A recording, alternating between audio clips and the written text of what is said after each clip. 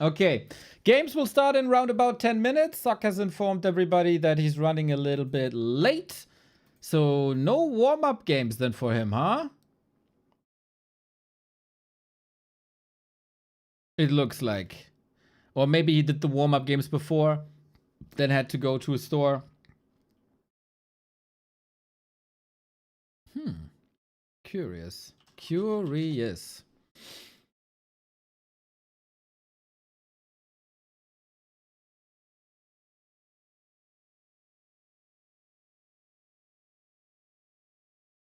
In case you haven't seen it, the next 2 weekends will be War 3 Champions Finals weekends, everybody.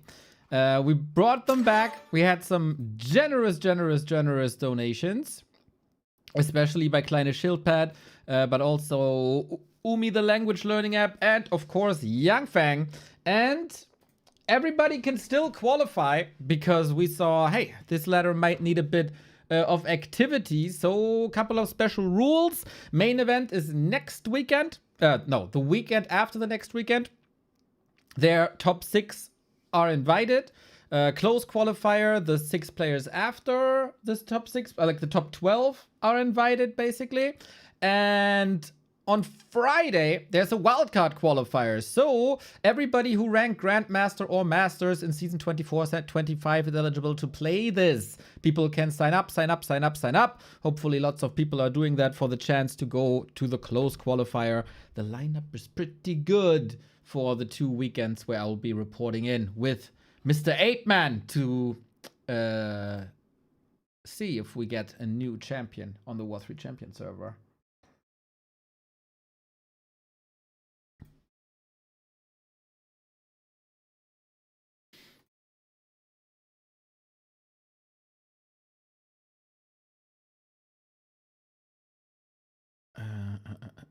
Okay, I hit the ready button. Overlay is ready. Magic Sentry is running. In case you're here for the first time in a while, we have a new feature on this channel. It's called Magic Sentry. If you're watching on Twitch, that is.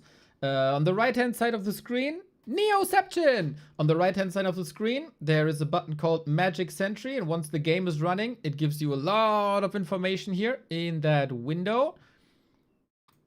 All the shout-outs in the world to Anxiety for doing that. So, we also have a thing that probably not too many people are aware of yet. It's called WC3V.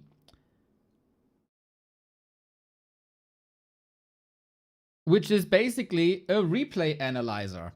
But that thing is insane. It gives you so many stats and so much information, and also lets you watch the game in your browser. Ain't that mad? It is, of course, a stylized version of the game, but it even has built-in cameras, man. Auto camera, split screen, contested creep spots here with the circle. It's like this tool is nuts, dude. It was coded by Jeeve over the past 4 to 5 years, I think. And it's steadily evolving.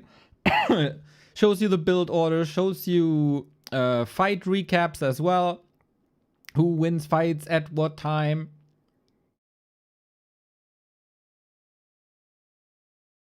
Shows you creep routes, shows you everything.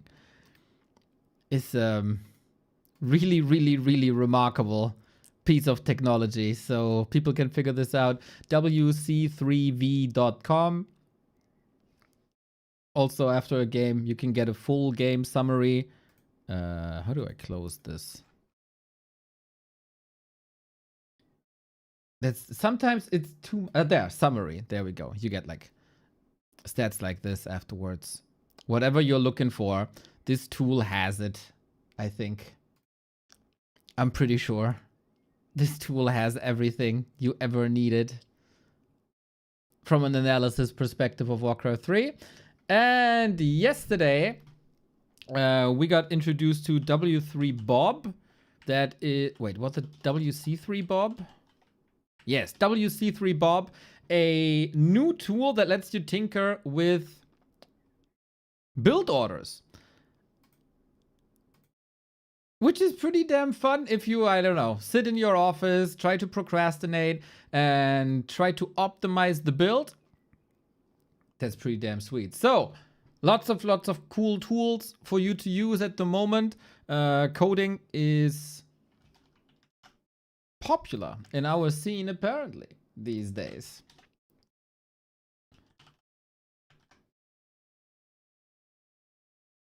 Admins are talking, saying 9 sock. Don't know what this means, but it was said to be there in 4 minutes.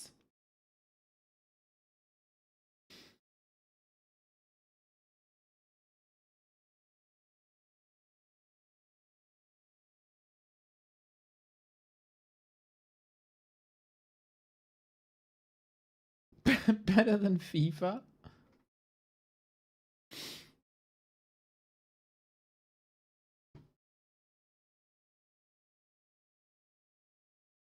Oh, the game, you mean? Ah, the replay in browser thingy.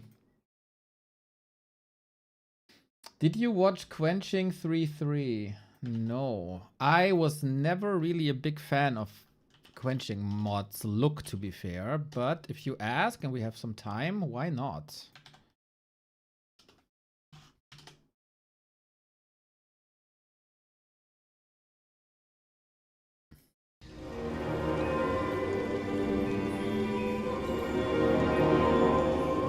Wait, do we have highest quality? That's important in a video like this.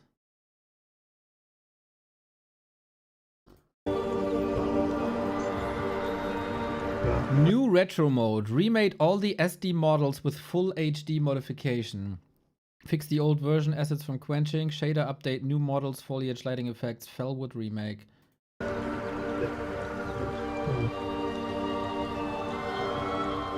Retro mode seems sick. Sounds sick. We alternated all HD models into an all SD models into an HD model. Woo!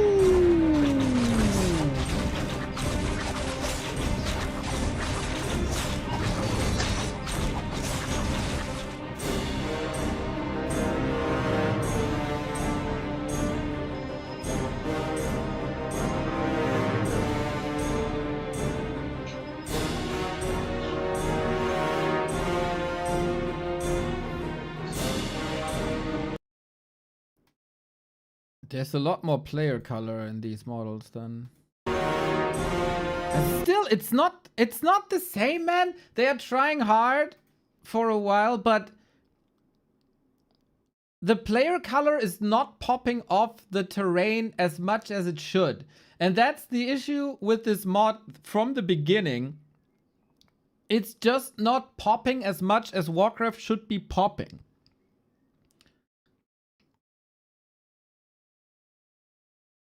It's like, it's all a little, it's not vibrant enough.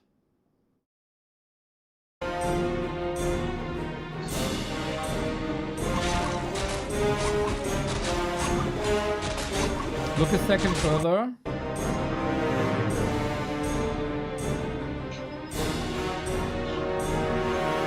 It's even worse. I don't know what this means because this is not translated. But there's no the player color here is just gone.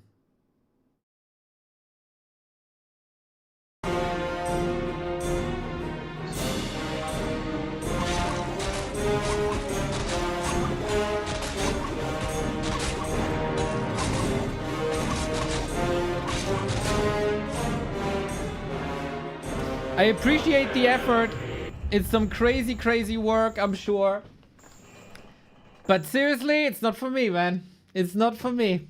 They have definitely a different stylistic goal than I have.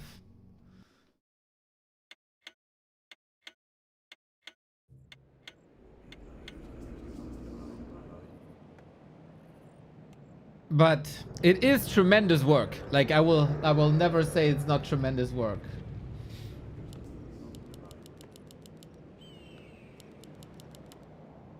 All right, guys. Oh, we got some games. Pre-show is done. We discussed the tournament. We discussed the players' performances in the group stage. Now there's only do or die. We are in the ascension phase. We're in the quarterfinal. Winner moves on against Live. Winner of that moves on into the grand final versus Happy. It is play all 5 ascension as far as I know, and it's these beautiful 2 players. It's 120 versus Sock. Both can play a bit better than they did in the round robin group stage, but nonetheless among the top players in the world. Can they put on the 5%, 10% that is necessary, that they have the potential to do? And who is the better player here today? 120 was said to have some hardware issues with his keyboard. On the other side, we have the tinfoil theory that Sock is only playing during bad weather, and it's a beautiful day today in Sokcho. Now, in the group stage, Sock caused quite an upset and defeated 120 3-2. We also saw Happy with a lot of Banshees, and maybe that influences 120 to do something similar, or we go with his very own style with Abominations. Holy shit, dude! Wardy! What the fuck, man? Thank you, thank you, thank you, thank you, thank you. Oh my god, 1000 raiders, beautiful. Much love for everything you do in the StarCraft scene. I know it's a bit controversial for you guys right now. I hope you power through this and find the right balance with whatever is happening. Dude, made my day, man. I hope you had some grand games. There we go. We are in the quarterfinal. It is the second best undead in the world against the second best human in the world. Absolute fireworks await us. A long, long, long day of Warcraft with a $5,000 tournament final, as well as the final of the European Nation Championship with Germany versus Ukraine. We got 120 from China versus Sok from Korea. 120 is a bit of a crazy professor when it comes to undead play. He, of course, has great micro, great macro, but what stands out oftentimes is builds. If you're coming from StarCraft 2 and want to check out Warcraft a little bit, community is usually very friendly. Feel free to ask some questions if you don't understand anything. I'm trying to be a bit more noob-friendly compared to usual. But yeah, huge rate, much love. And of course, thank you for the support as well. Rick McD, Young Fang, for lots of gifted subs. Sock my deek, Sock the best, Sock Cho. Love to see it. So, we got a Lich opener for 120. Bit of a glass cannon early game. Huge burst damage. And lots of mana sustain as well as defensive armor later. Archmage on the other side. Summoner hero. Range hero, not the greatest damage dealer, little bit of a fragile one as well, but the power comes via water elemental. Super strong summons, and we go for expansions. This is usually a matchup where we go 2 base, 2 base, maybe in the late game even worse, or even better with 3 base, 3 base. 120 with 2 kills here. There's not too much damage, but thankfully we have a second water elemental. Tons of piercing damage. You need to cancel this if you're 120. If you're a Sock and 120 loses the expansion, Lich super hurt. Sock comes into this as the underdog. He is usually in the top 10 of the scene. 120 usually in the top 4 of the scene. So Sock has defeated 120 in the group stage already. Back-to-back upsets would be quite a thing. But of course, the power of a Lich comes when he gets level 3. That is Nova Burst, AoE damage gets stronger. And that is pain for all the footmen and the Archmage alike. Archmage will now focus on his own expansion. This was abandoned. Usually, both players try to go for an expansion at the same time. And then we have a little bit of cancel culture. Undead is going for this with Ghouls first and foremost. Footman Water Elemental try to harass here. So far, very solid success for Sock, who apparently just arrived home and had no warm-up games.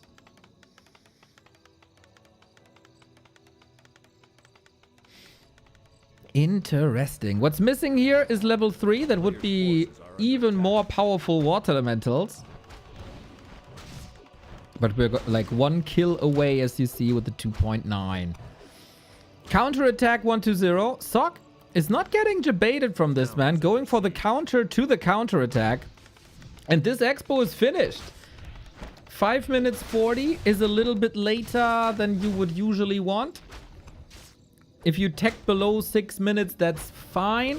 But currently, we don't have the goal to do so. But he creeps on the left-hand side, gets the Archmage for level 2. Water Elemental summoned for big damage. Has to TP out in a second, thanks to damage of Lich. Careful now. He's trying to squeeze out every single possible second, but I don't think it's enough.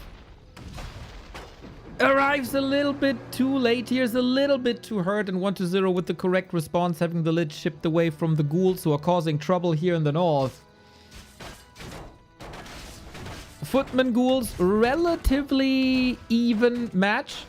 You have like ghouls seem a bit like Zerglings, right? But definitely sturdier than Zerglings are. Footmen, classic soldiers, and they kind of trade 1-to-1-ish.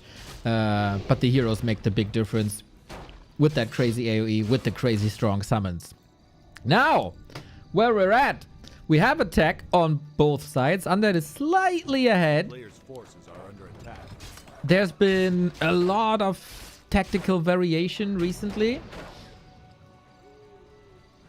Some undeads play with banshees, some play without, some play with abominations, others without.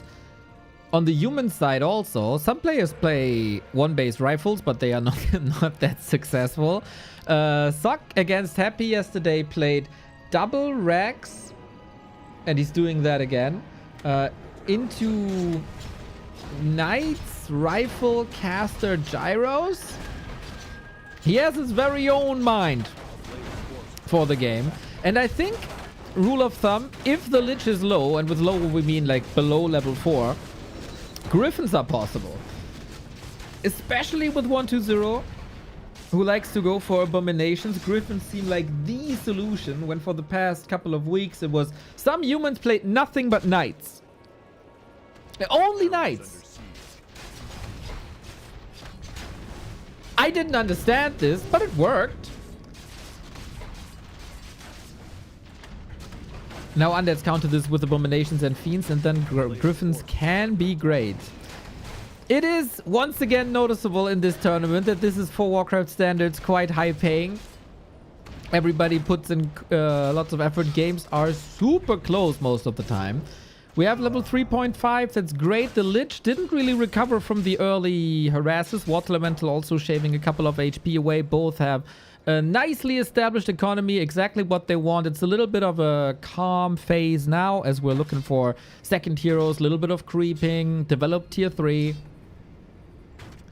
A player's forces are under attack. And maybe time to farm a little bit and time to rest a little bit. Sock already giga greedy. He's missing his tier 3. There it is. Now we macro up. Mountain King second for strong Stormbolt, nukes, and disable. Also clap as an AoE spell. 1-2-0's army from now on should consist of mostly fiends. And clap is really, really freaking good against it. I was about to say, I'm missing the second crypt for 1-2-0, so not too much production at the moment. Could be Sock moving ahead. In creeping, there's no threat on the map. We share the map. Both are going for the shops.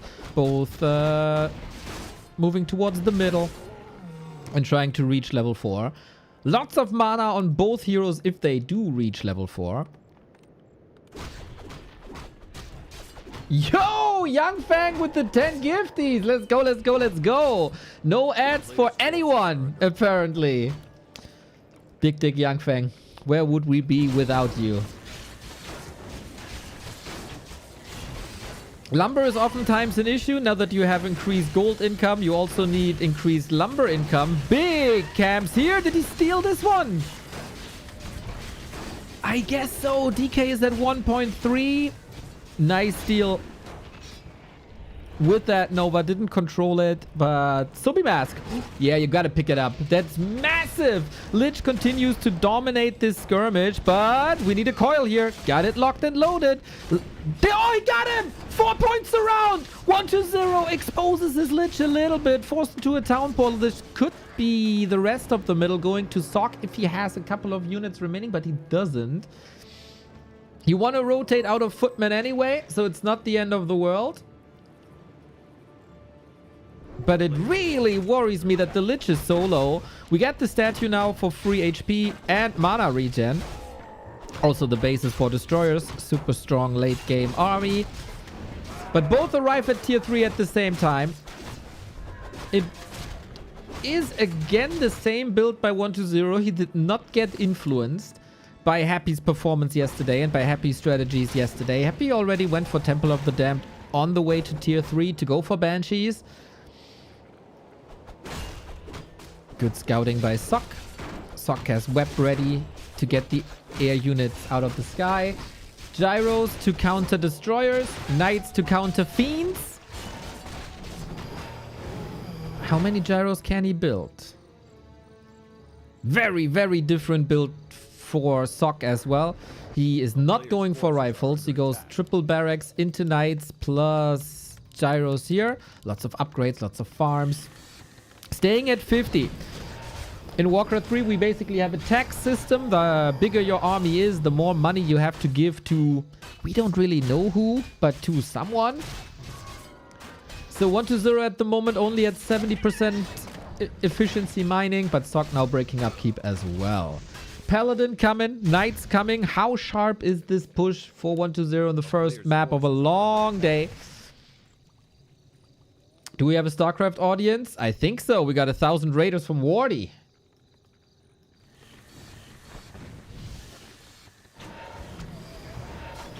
So there's probably a couple of people.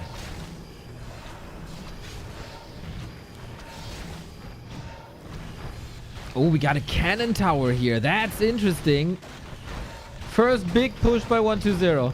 Can he break this base? It's kind of unlikely, but is Sock ready is the bigger question. Militia are coming in as not too many knights are on the floor yet. Only 3. Nova greets them. Big time damage, but the Lich is surrounded again. Sock just aiming for the hero. Sometimes Warcraft can be so simple. Any way to fight out? Yeah, the ghoul was blocking there on the other side as well. Sock needs to hold on, needs to macro up. He needs the reinforcements. Ghouls are relatively easy to take out as long as there's Water Elemental and the Mountain King. Looks like a hold thus far, but with how many losses? Another kill close, but staff at the ready. We don't have a solution to these destroyers though, except that Mountain King on the ground.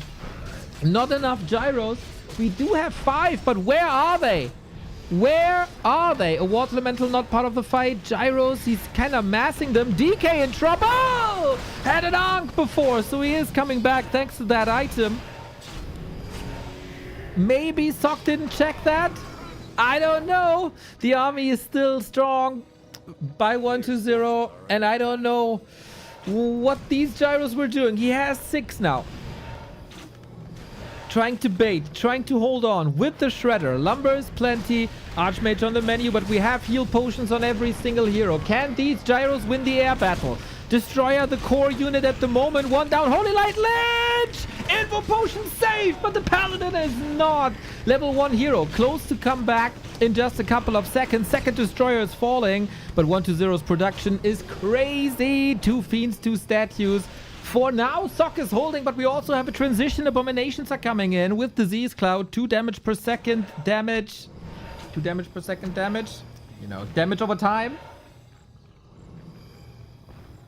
Now, little bit of an issue. 7 gyros, 0 impact. There is no destroyers no more. Because the gyros kill them, you rotate out of them. And I don't think Sock has an answer to these abominations. 1200 HP almost. Super tanky, super chunky. And Lich is close to level 5, which turns him into a weapon of mass destruction. We do have no mana on the DK anymore. Without destroyers in the air, Water Elementals can reign free because destroyers dispel them. Uh-oh. MK needs the Holy Light, gets the Holy Light. He has so much mana, we have to say. Brilliance Aura, level 2, Sobi Mask, Endless Hammers. Big clap, but we need the healing. No healing possible due to Silence of the Dark Ranger. Can we clap again? Everything's hurt here. Everything is hurt. Sock stemming against the defeat. So close. Need another Holy Light. Oh, no. The Paladin. You had the Holy Light ready. Asleep on the job. Huge kill. Carry dead. And 1-2-0. Got the W. It was a hard-fought battle. A nice tug of war. Sweet setup. Maybe the timing push. 10 seconds too early for Sock to really hold this. But if this sets the pace for the rest of the series, we are in for a treat.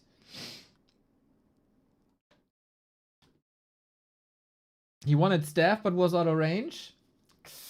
Why not both? Why not both? That was your carry. He did all the damage.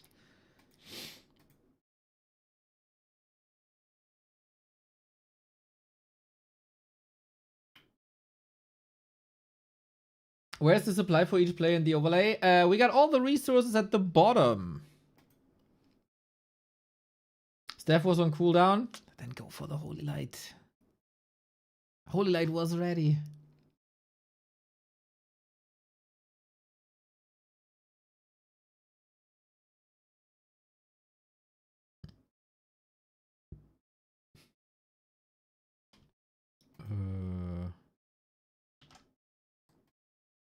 There's chatter in the lobby trying to translate.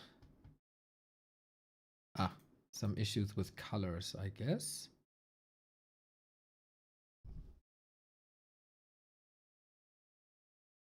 Holy Light level 1 a bit underwhelming, would have been dead anyway. But if you have Holy Light and the staff was really on 1 second cooldown, you can Holy Light to survive till the cooldown. But yeah, okay, when the Mountain King is out of the fight, then you might lose.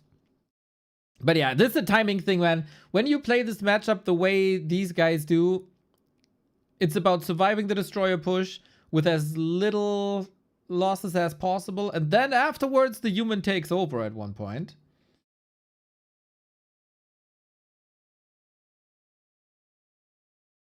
I always thought the goal is the upkeep you have to spend on your army to be up and moving. Okay, yeah, fair, fair.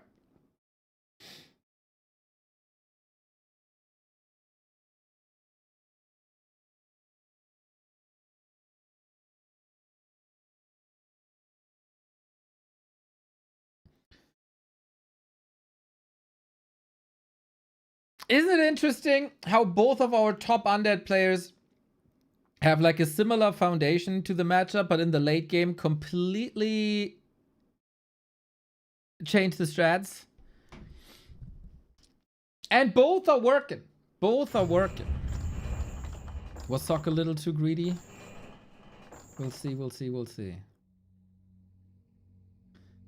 Sock can definitely switch it up if we have to think back to like the early mid game. If he pushes a little earlier with the level 3, as it was a struggle to get that level 3 online, he might get the second expansion attempt.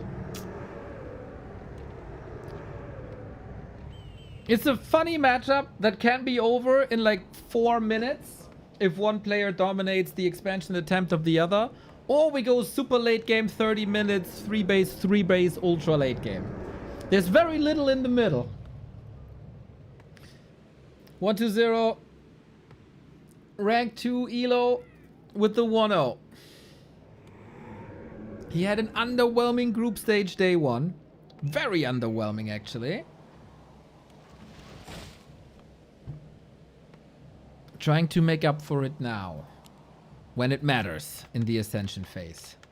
Was that the new keyboard influencing him as well on Thursday? We'll never know.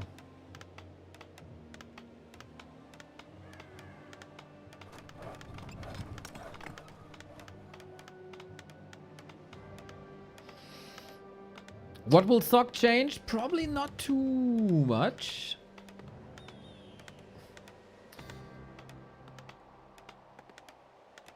At what point does the Happy 1-0 human matchup diverge at tier 3? Yes. Happy goes for lots of Banshees early on. He builds the temple already on the way to tier 3. And then work with Curse and Anti-Magic and Possession against Knights. And 1-2-0 goes for Destroyer push at tier 3. And then if that doesn't break his opponent, transitions into Abominations.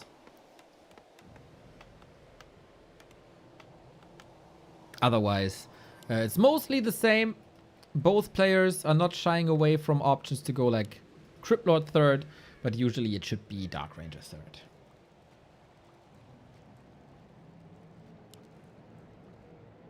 Different map, Northern Isles. Should be the same though. Expansion creepable, expansion harassable. Most things set in stone.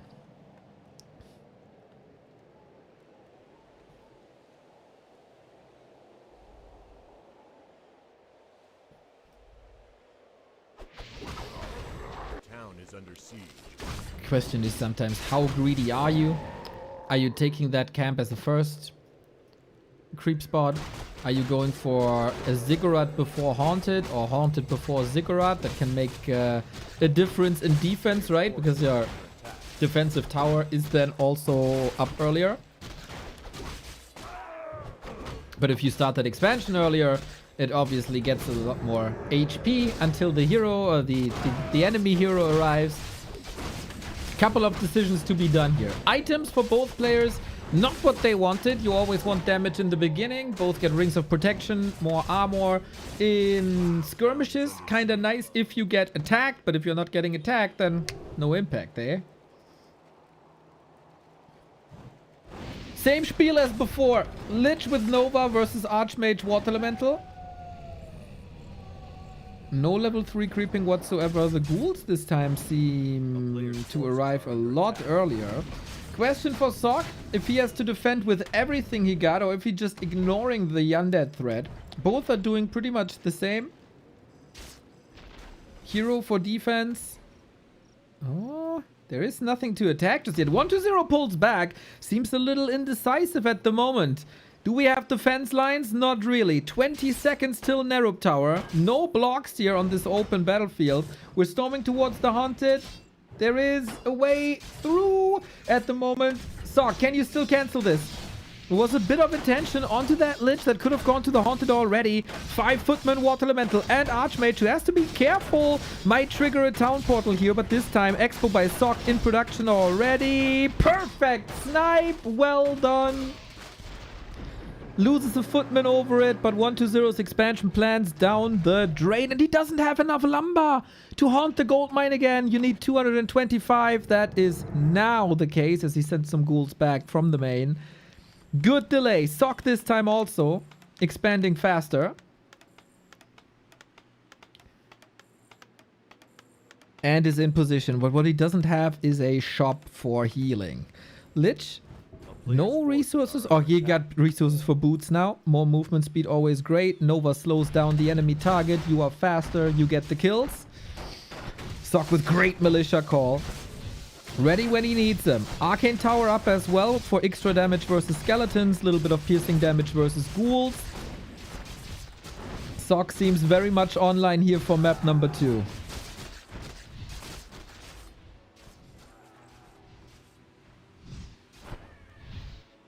That's a hold.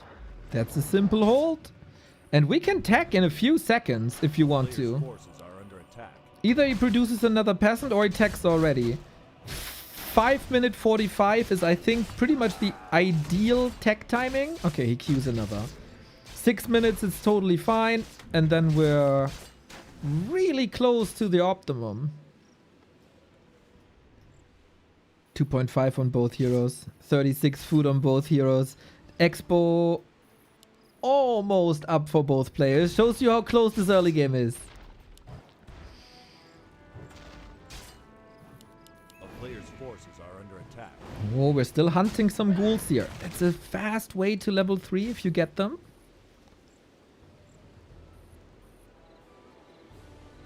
And that is the tech at the 6 minute mark.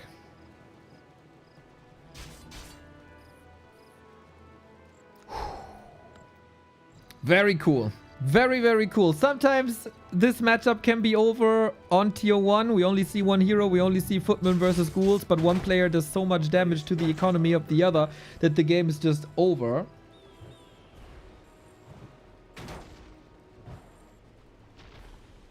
But that's not the case here. And the beauty of human versus undead coming in at tier 3. No matter when, no matter the weather, newscasting has been so consistent, no bad days. Oh, Amaro, thank you.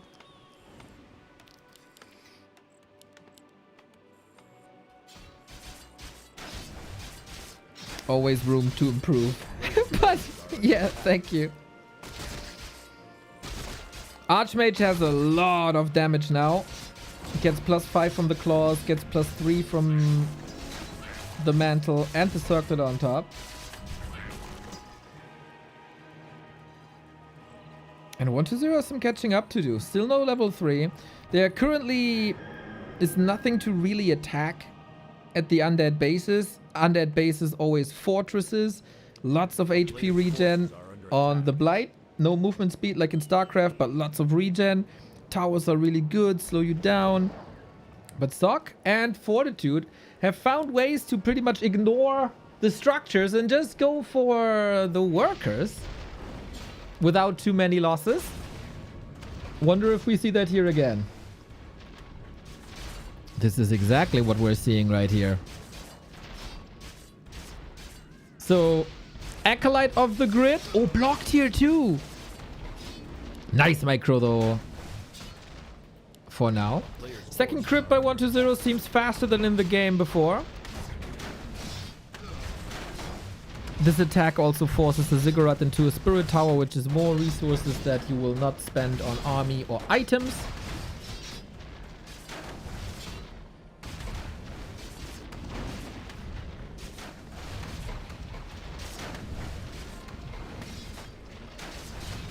Careful.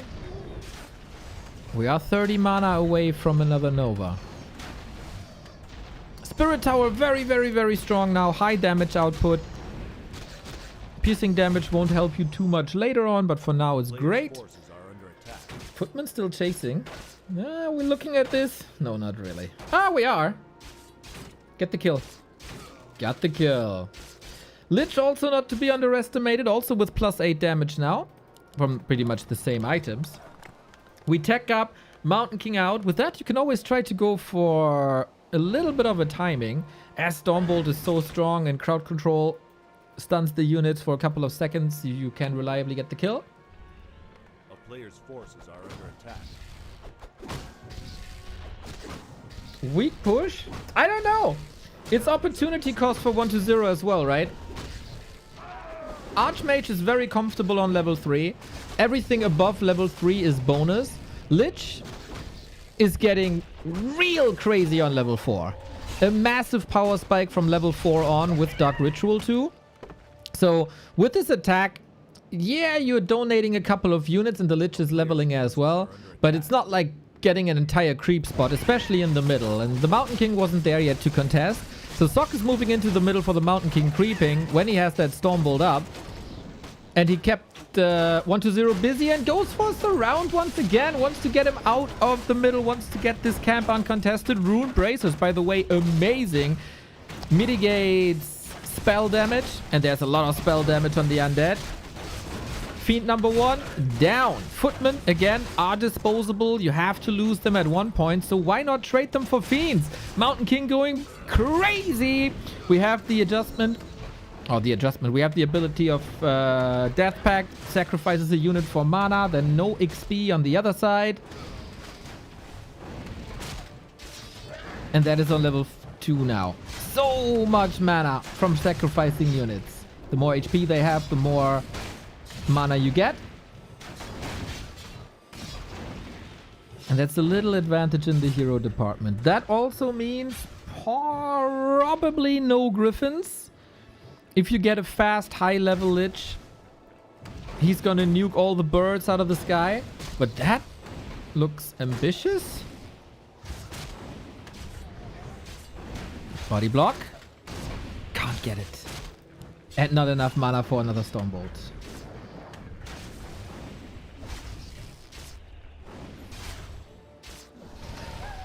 1-0 with a solid army. 750 gold, tier 3 done. Sock on the other side. Breaking upkeep a lot faster now. In comparison to the last game though, Sock never got a shredder. We were fighting, we were contesting.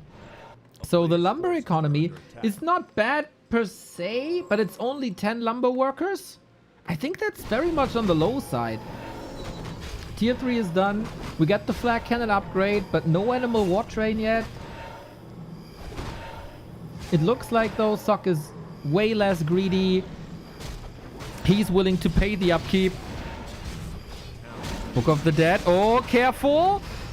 Needs a Holy Light. Might need an Invo Potion on top of things as well, but we do not have a coil ready. There's an Invuln. There's the Holy Light. We have a staff as well when push comes to shove. And we're just waiting for the next Stormbolt. Stormbolt should always be a kill. First timing with the first 2 knights. This is a very anti-cyclical fight here for Sock. This is usually the moment where 1-0 is going for a push, but 1-0 has different plans! Lich, surround, just like that! Coil ready. He's so greedy though! Rightfully so! Not going for that town portal, fighting his way out with yet another kill.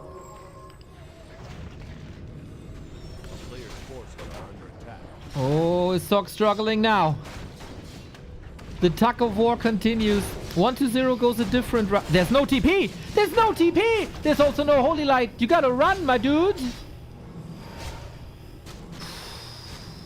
He's running. So, 1-0. Abominations early. No destroyer push. There was no timing for that. And we got the Crypt Lord. I said this a couple of times recently. I think Crypt Lord is the #1 solution in this matchup late game for Undead. It is amazing versus Knights, the Impale.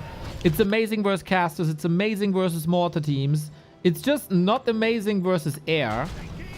And so I think if Sock somehow finds the time, there needs to be a transition. But then the Lich is also 4.4. So are Griffins the answer? We'll see.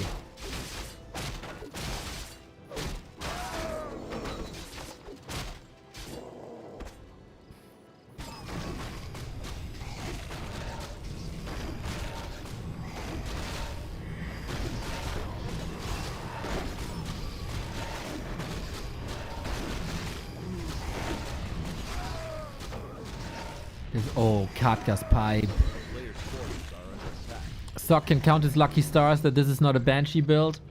Katka's Pipe, passive mana regeneration for free on a mana hungry race. With caster units, this would have had even bigger impact. Levels are getting close to real good for Sock as well. 4-3-3 is the dream.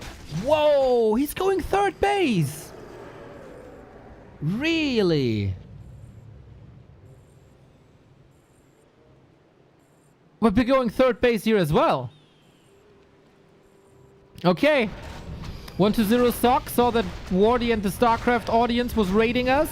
Want to show the world that we can build more than 2 bases as well.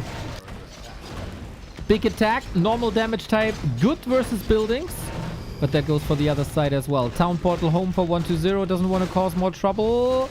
That means... Whoa, hello! DK is not part of this fight. Does Sock realize? No, he doesn't. He doesn't. Huge fumble potentially. By 1-0. Oh, if he doesn't... If Sock takes the fight, there's no coil, no invul, no heal scroll, no movement speed aura.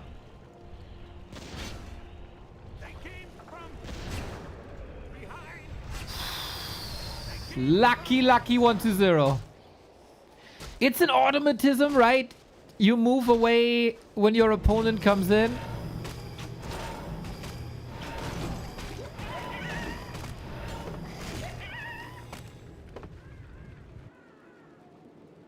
Next attack. We are moving into Knights.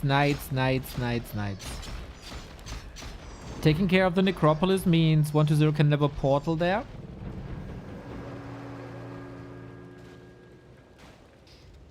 Ghoul is taking care of towers. The third base for 120 is up. Ideally, you want one split knight harassing in the north. But Sock seems to be too busy for that. Multitasking rare in Warcraft. And that's why Impale is so good, dude. That's why Impale is so good. Clap on the other side as well against all the fiends. We have no anti-magic shell by any banshees. Knights not participating in the fight. Sock with a couple of errors. Maybe he was waiting for that Impale to come. So these knights are not affected and not slowed. 76, 71. Slowly but steady. Abominations are suffering, but they are so goddamn tanky.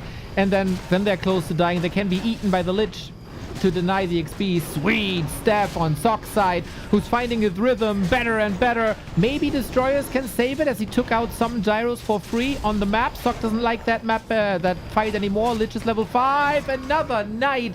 Looks like this... Dude, 120 is just melting through the knights like a hot knife through butter. A town is under siege. And imagine there was a knight here the entire time. Can't help but feel it's a missed opportunity for Sock. And now we got level 5 Lich, 3 bases, chunky A-bombs, good upgrades, fiends behind, destroyers in the air as well. Oh, we do this with gyro bombs.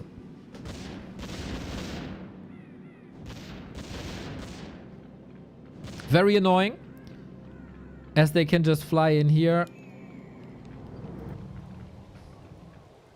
Is it time for Blizzard? I think so. We have the gold.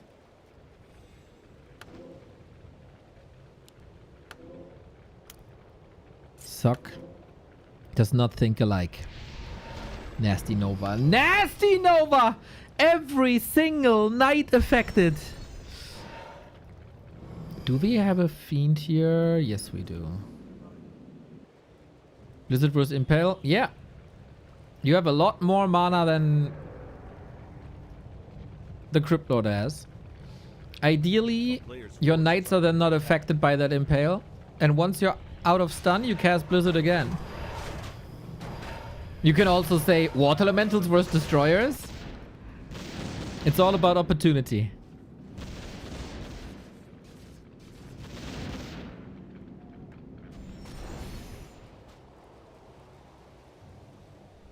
It seems very logical to me that, like, Sock needs damage.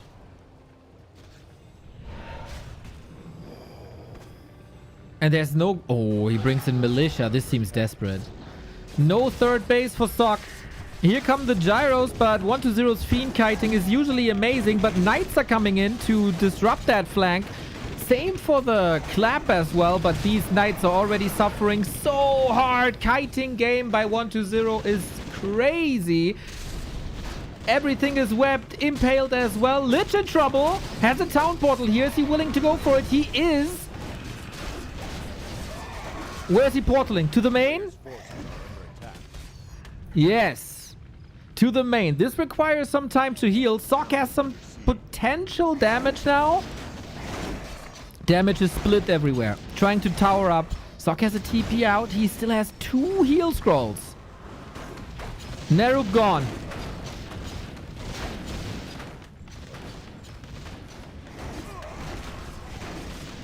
Second tower gone. Shop would be amazing for mana potions on the MK. 120 has access to a shop as well. We're brute forcing this.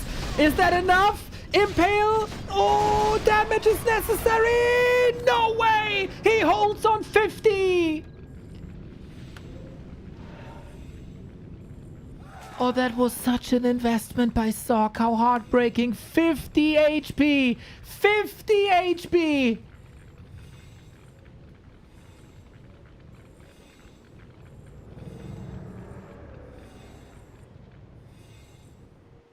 Gold is clearly in favor of 120 now. For that 3 base, 2 base, Sock is holding his ground really well. We are retraining.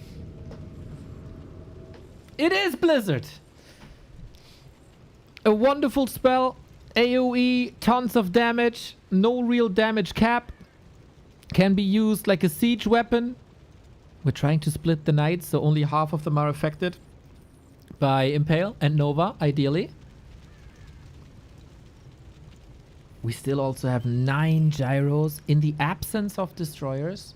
At least we got gyro bombs, so they can chase statues around. They can force the fiends to do something. Is this fight the last save for Sock? The clap is strong. We have no heal scroll. The blizzard is looking good, but you have to chase. 1-0, just out of that fight. Kiting with the movement speed aura. That works well. This blizzard, not great, I have to say. And the Impale is dominating, dude. Level 3 Nova, level 2 Impale, all boosted by statues and by the Brilliance Aura that he found on the left-hand side. This Blizzard looks a lot better. This is the damage that was missing before. Impale hits a lot. Nova hits a lot. Heal Scroll ready for the time being. Mountain King somewhat surrounded there. He has no Invo Potion. That's on the Paladin trying to clap his way free. Knights falling still even. Where is the Paladin? The Knights are not fighting. Sock is missing 8 supply. Paladin is here. Holy Light as well. 1-2-0's army is crumbling. It says 84 supply, but what's it really? Everything is half dead. Blizzard is looking so good. So good. Mountain King level 4 now. The problem is still this goddamn gold mine.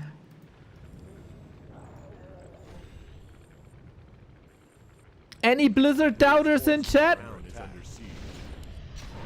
The spell, not the company! Clap! Blizzard! Impale only against the Archmage, but that means the Knights are unaffected. The Knights were on the economy here. Gyros in as well. Need to keep the Paladin alive though. Very, very close affair here. Blizzard again. 18,000 damage. 1, 2, 3, 4, 5, 6, 7 units about to die. Herculean fight by Sock against this economy, and he's using the Blizzard as a zoning tool. One more Impale before the mana pot. Mountain King can't connect too well. The Disease Cloud is working overtime. Has to be mentioned how much impact this Disease Cloud had as well. A shop here now would be so good. 1-0 spending. Lots of gold for repair. And against the disease, we don't have a shop here. We have no gold. No income. No income for Sock no more. 1-0 has to unsummon this as well. No more gold here. No more gold here. 1-0 is the only player mining.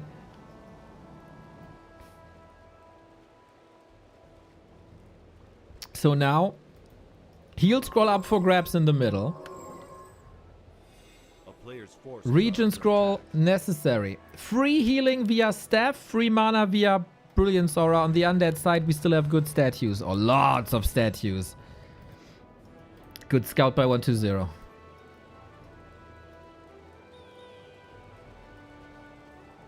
Yeah, Sock needs that heal scroll.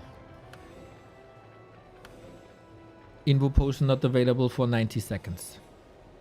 He did not queue a town hall, so he can't get that base. Saito, thank you for the prime. Less than 3.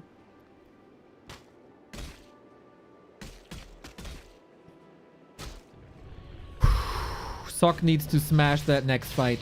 In a choke, pretty much perfect situation. But 1-0 has a town portal. That's of course also a perfect situation for Impale and Nova. The Blizzard is too late. He hurts himself now. Friendly fire is a thing with Blizzard. It was such a close affair, man. We have to mention this again. This expansion at the top that is now saving 1-0, held by 50 HP. 50 HP. And it could have been prevented by 1 or 2 roaming knights before. Player's forces are under attack. It seems like it's all water under a bridge now. It all seems like this is the 2-0 for 1-0, who's then one step away from the semi-final versus life.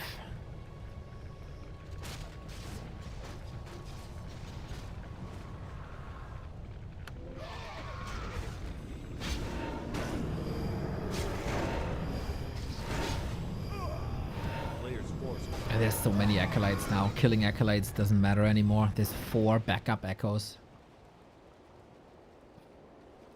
Suck doesn't want to admit it.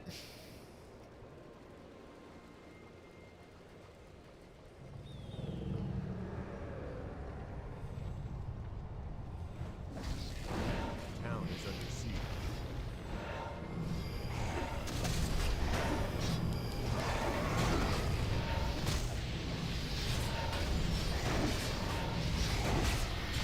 This is surely the end. Blizzard, good. Clap, amazing. But Paladin on the way to die. 6 feet under he goes, and so is Sock.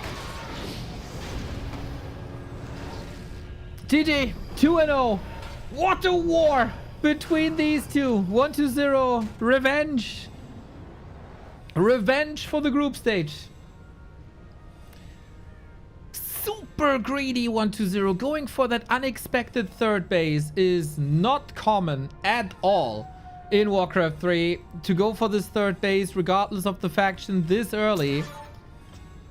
And that was eventually the game winner. It seems like Sock didn't expect it this early. Didn't have the Knights roaming.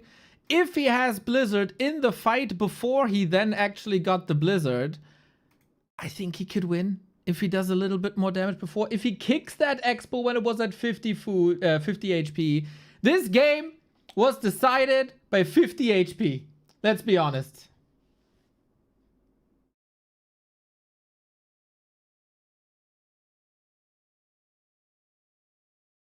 Let's be honest.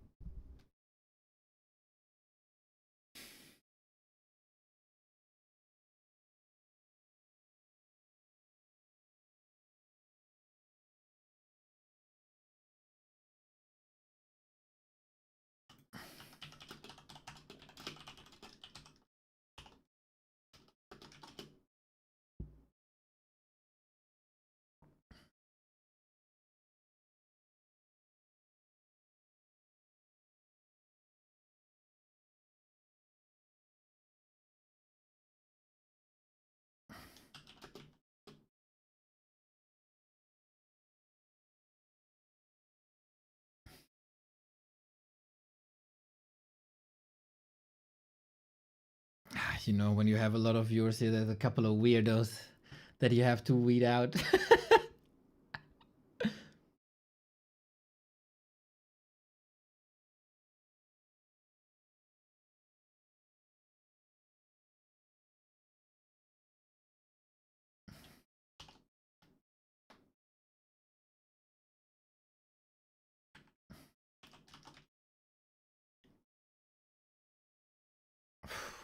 Tough. Tough, tough, tough, tough, tough for Sock now. 3 wins in a row necessary. 3 wins in a row. Life is waiting in the semi.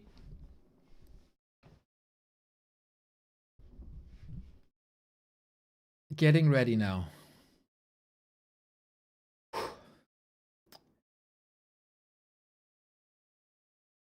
Players are ready indeed. In case you want to support us in an easy way, we are for the next couple of days sponsored by Viking Rise. Nice little game that you can play on PC, on iOS, and on Android. Everybody who downloads this with our link also has a chance for a €50 Amazon voucher, gets limited skins and a little starting pack to kick off your journey into Viking Rise. All you need is a little download, a little bit of grinding. Fun game. We played halfway through the campaign. Had quite some fun playing it on stream. So join us. B2W is also a clan on server 714. So join us, join us, join us. Next up, match points. 1-0. He lost in the group stage. It wasn't the strong 1-0 that we were used to seeing. It was a bit of an off day on Thursday. Today, no off day. Today, on day. This also might be a bit dangerous for life in the semi.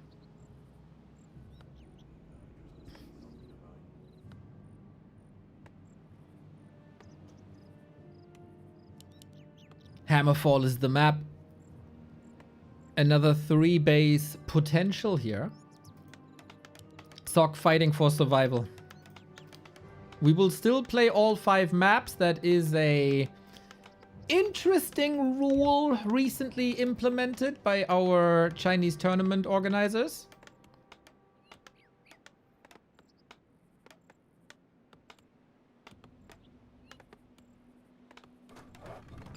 Are there any balance updates to the game? Usually every 6 months we get an update.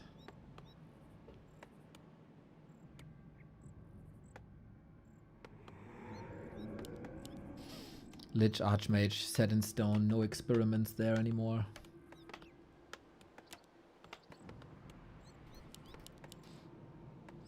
Can Sock do even more damage than he did before? Sock is getting better with every map. Game 1 he fell to a timing push. Game 2 he was way more prepared.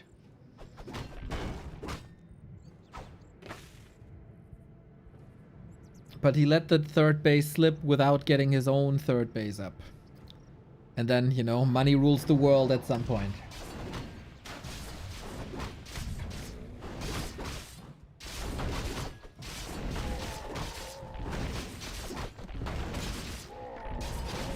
A player's forces are under attack. But yeah. Oh, we said the dirty B word. Now discussions are about that again, huh? This is all about player performance, guys. This is all about player performance here on this level. Ring of Region for the Archmage. Wonderful. 2 HP per second. In the early game for free constantly. Really good. A player's forces are under attack. This enabled level 2 right away, so we get HP and mana for free on Archmage now. Water Elementals rather hurt. And Sock with a tower first. This gives the ghoul something to attack, but we have a skirmish in the middle. Level 1 Water Elementals, not as strong as the level 2 counterpart, obviously. And defense first. A player's forces are under attack. On the other side, though, 1-0 is not going for the Haunted yet, as the Footman breakthrough and the Water Elemental breakthrough. So this attack goes into no man's land, while Lich and Ghouls are very powerful here. Has to call Militia. Very sturdy, high armor. 3 seconds till the Arcane Tower. A big anchor for the human if you can hold this. Sock needs repair now. And that works. Also got a couple of shots up on that Lich to burn mana. Wrong targeting here though on the ghoul. Need repair still, does he? He's still going for that ghoul. Really? Don't you want the damage on the skeletons? Don't you want the extra damage on the skeletons? Arcane Tower. Down! Big loss. Big loss for Sock. But at the same time, he dealt with the Nerup Tower on the other side, which is the supply-giving building for undead. So 1-0 is supply blocked. And he didn't build another ziggurat! Oh, this is way worse for 1-0 then. His Lich is hurt. His Ghouls are hurt. He got the Ritual Dagger for some healing. Footman could turn around and cancel all this, actually. And it was only a tower. It was not a town hall.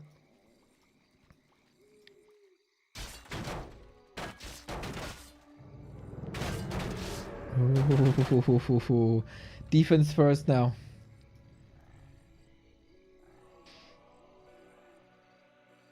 Hey Bug, good happy Sunday. 4 ghouls in. Players' forces are under attack. Can't really do too much here. He's pivoting to the main. Get a footy for free. Good XP. There's no tower here. Could force some militia. Uh-oh. Uh-oh. Is Sock overwhelmed? Seems like he's a little bit slow.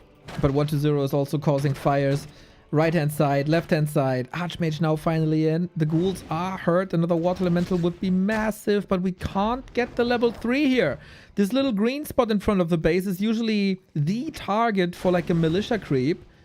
And then he would have level 2 water elementals. Bit of a missed opportunity maybe, but focus is everywhere. Focus is on the town hall, is on keeping the footman alive, is on threatening ghouls a little bit. And of course he needs lumber for the tech as well. There is another opportunity here maybe for footman. If Sock breaks through here, this gigantic, the water elementals can't do any damage though. Archmage is diving, probably willing to sacrifice the town portal for it. Instantly surrounded. We are 24 seconds away. This expansion will fall and we have a 2-base, 1-base situation. Wonderful for Sock. Portals away now. How many losses? Ooh, 0. 1-0 re-expanding right in his face. And now you gotta deal with the level 3 Archmage. Do we have a shop? Need to power build it? Bit of map control lacking now. But those are the cancels you want. Those are the cancels you need. No Nova at the moment, before the next Dark Ritual. A player's forces are under attack. Sock is sending the Water Elemental, one to deal with the Lich, one to deal with the Ghouls. As the rest of the army can heal. Maybe go for a counterattack again. Floodgates are open. Good distraction. No damage to the economy. Constant healing as well. Footman squad on the way. Sock's best game so far.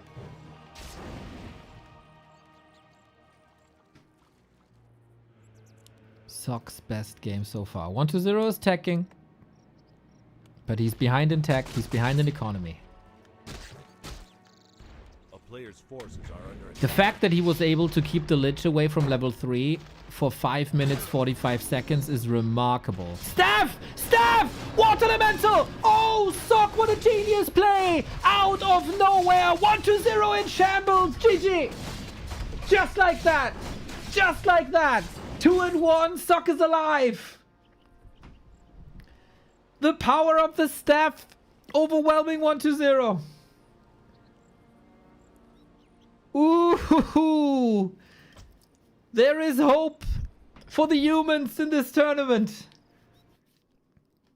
Shock. Sock flexing his muscles. And the muscles are big on the guy. 1-0 outplayed. On Hammerfall, outplayed. That is exactly as Caruthian says. This is how fast it can go in this matchup. That's too many. Too many cancels. There's no way back. The tech was later. Sock was mining for a while. Footman army looking really good. And game over. Reverse sweep starting. He needs to do this 2 more times though. Oftentimes in the late game stages, 1-0 is superior.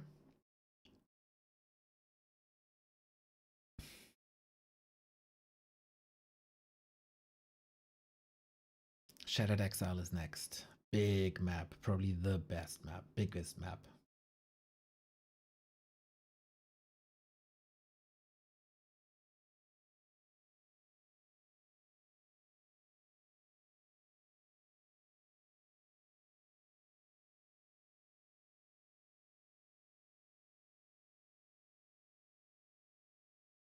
If humans can overwhelm undead this one-sidedly, how poor must Sock have been playing all this time?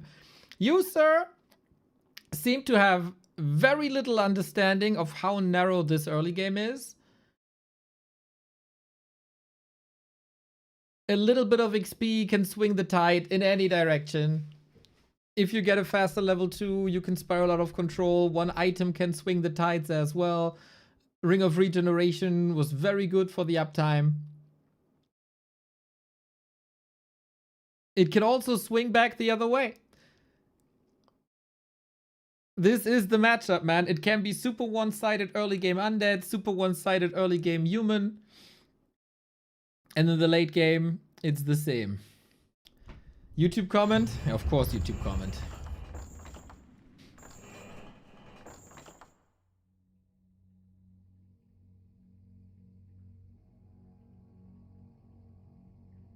Went to the toilet and it's over. Bro, Twitch app on the phone. What are you doing?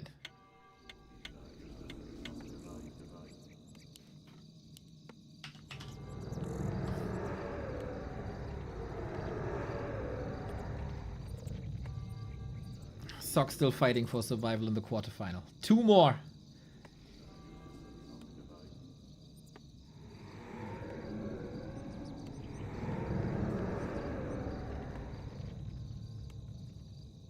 Two more.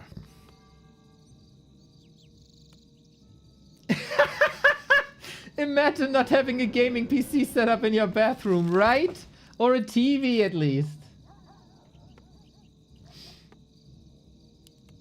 Gotta puke. Thank you for the prime. Score? On it. On it, on it, on it, on it, on it, on it, on it. So, Northern Isles and Hammerfall were both the losers' picks of Sock. From here on out, it will be losers' picks 1-0.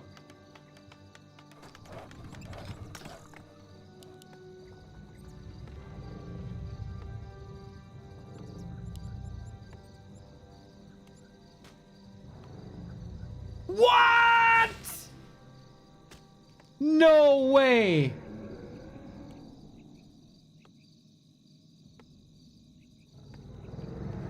This is the Dreadlord.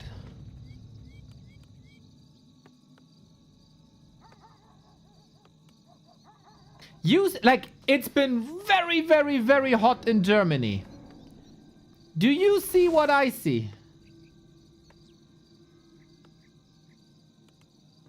Oh, 1-0, you wonderful soul.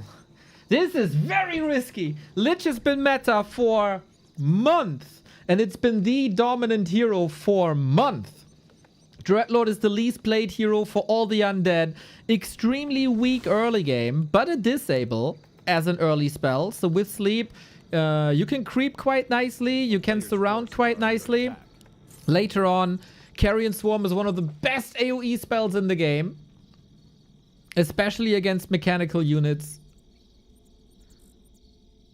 It's not a damage dealer per se with right clicks. Only with the spells later. Because there's so little playtime and because the ultimate is goated, Dreadlord plays are much beloved. But is it successful as well? Imagine the dude takes a beating on map 3, comes back in style.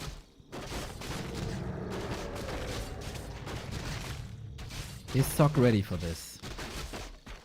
You need strong counter surrounds against sleep ghouls. Because the Dreadlord is a strength hero, he has a limited mana pool of 300. It's not endless sleeps. But Sock knows. Forces are under attack.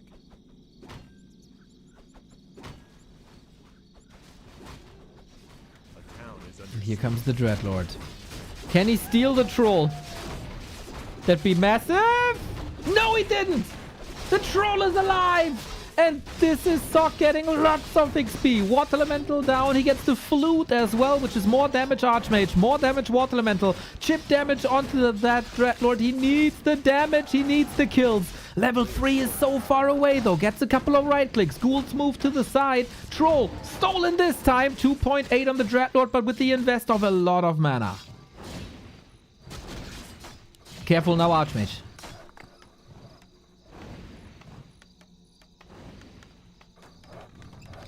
Nice counterplay by Sock. Shredder accessible as well. No power build at the moment, as he's busy fighting.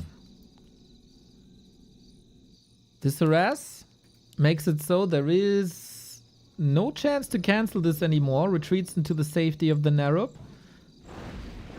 Carrion Swarm can deal with Footman, but all of this would be so much better with level 2 Carrion. Sleep! There's a counter block. He got that water elemental to block the way free for him, and pressure is on. Solid body block, actually. Now we got the level 3. Is that too little? Is this too late?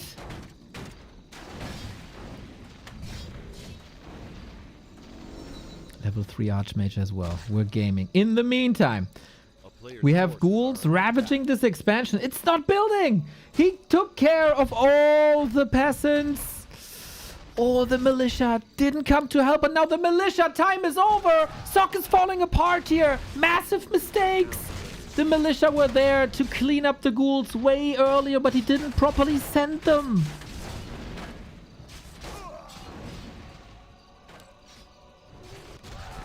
Now he does, but what a delay this is. A player's forces are under attack. Archmage farming ghouls.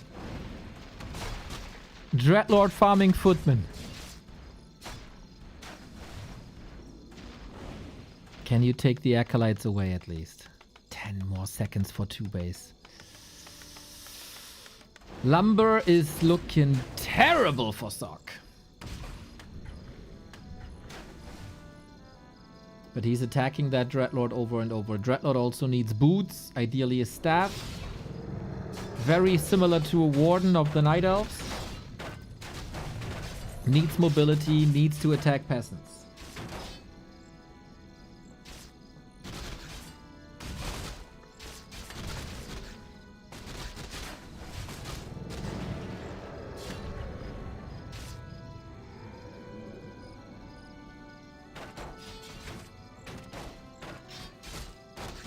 Oh, Zeppelin maybe? Not available yet, I think. 7:20, I think, is the timing. Correct me if I'm wrong. Ooh, bit lazy to not move the water elemental to the side. And now we don't have the water elemental for the counter surround. I don't know if he can block his way free. He can with the footman. Sleep level 1 is extremely expensive. Good denies here 1-0. 100 mana every sleep, so yeah. You invest quite a bit.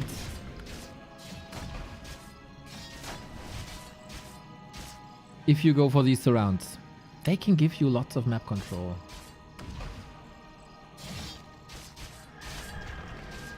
Every acolyte kill would be a success, but we're building Fort Knox here. Uh-oh. Uh-oh! We have a staff though. Is it enough? Yeah, sleep again! Sleep again! Now the town portal out. Okay, we survived the early game, guys. It's 80? Oh, it was 100. Is it 80?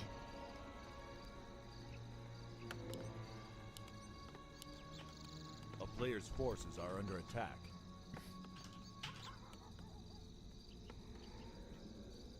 It's 80, 65, 50. True.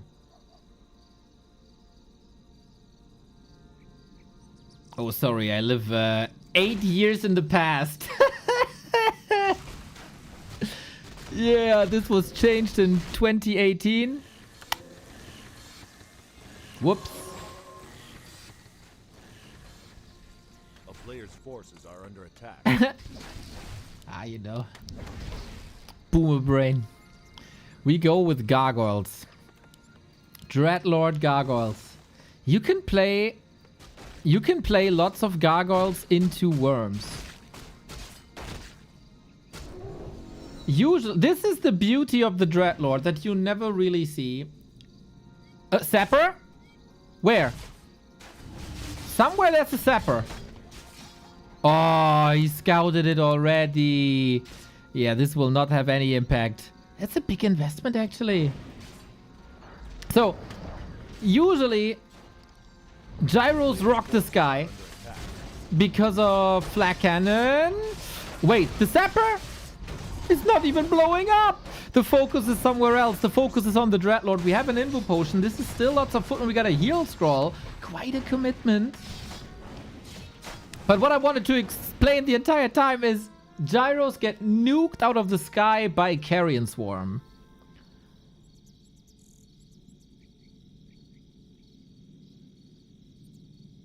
DK coming. Coil soon ready. Mana pots available as well. This Dreadlord is a thirsty, thirsty, thirsty boy.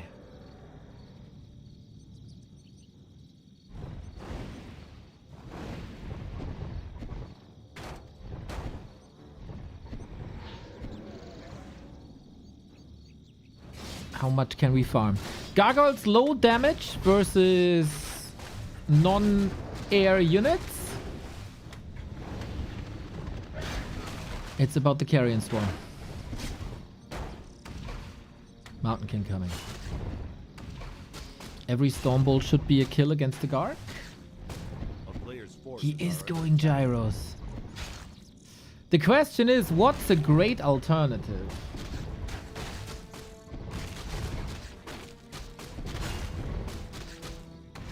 I think the only great alternative is highly upgraded tanks with barrage, but that is minutes down the line.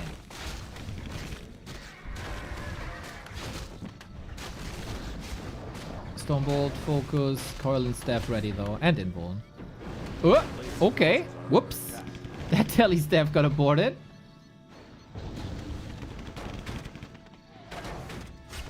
There's no TP. Wait! Invo potion at the ready. We need another coil, but we don't have the mana. Sok is committing here. Is that a good thing to do? Scroll of healing keeps the Dreadlord low. Oh no! 1-2-0. Oh no! The carry is dead. And now the DK has to hold this. The impact of a Mountain King. Gyro kiting impossible. We got a Tavern Revive. That cost a lot. Maybe a chance for another bolt. We don't have a Nova coil here. But we also have nothing to surround with anymore. It's only 4 units, really. Wait, wait, wait. We have a mana pot on the DK, so if a Stormbolt is coming, a coil will be coming as well.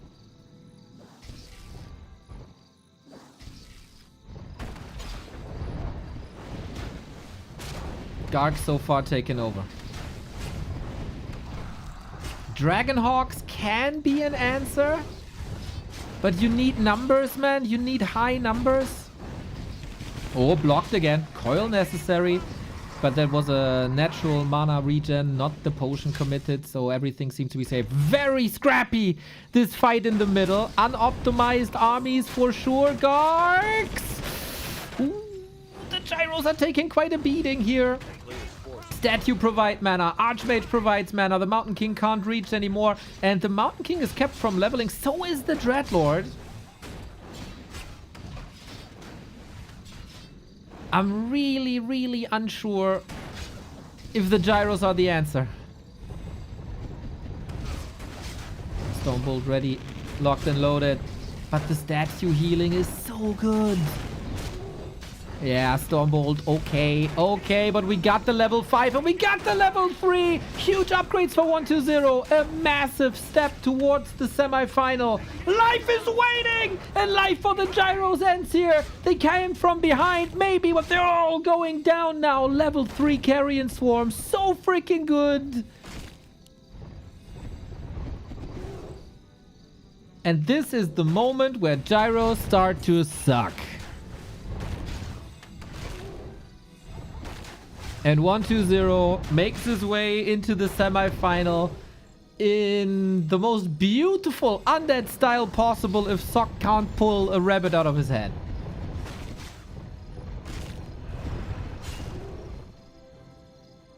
Miracle necessary.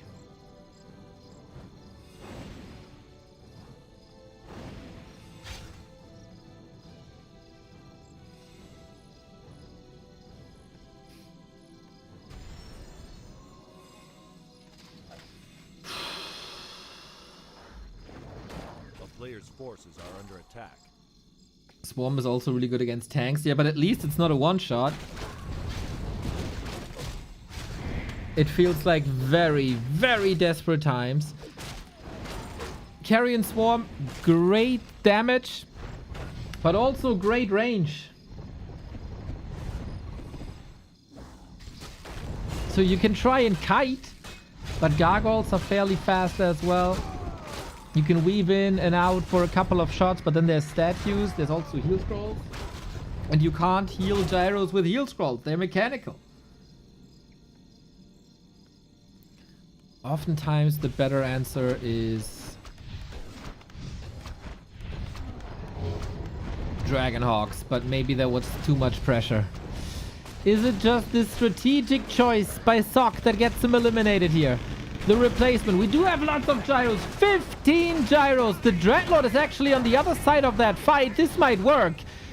Is he assessing the situation correctly? Oh, massive flaw by 120. If you don't have the Dreadlord in the fight, you are screwed. But we still have 9 gyros as well. Any carrion swarms now? This will be the end then. He's trying to kite with the Stormbolt available. The strength of gyros in full display. The kiting by Sock is beautiful. This should never, ever, ever be this close. 7 gyros. 6 Gargs. But here's the Hadouken! And level 2 Lich, the damage intensifies.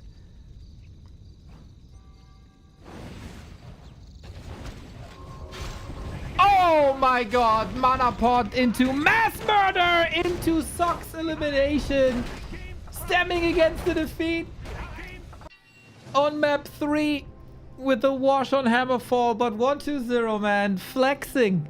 Flexing brings in the Dreadlord. Very stable early game for Dreadlord's sake, and the Dreadlord now with a 100% win rate in this tournament as a first hero. Sock, the replacement for Lin, came into the tournament as the underdog, a player in the top 10 of the world for sure.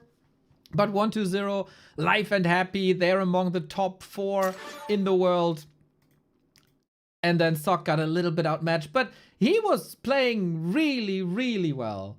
Not as good as you have to be. A little bit was missing. Day 1 was fantastic with the win of Sock versus 120 and how close it was versus life. So match shoutouts to Sock for this play.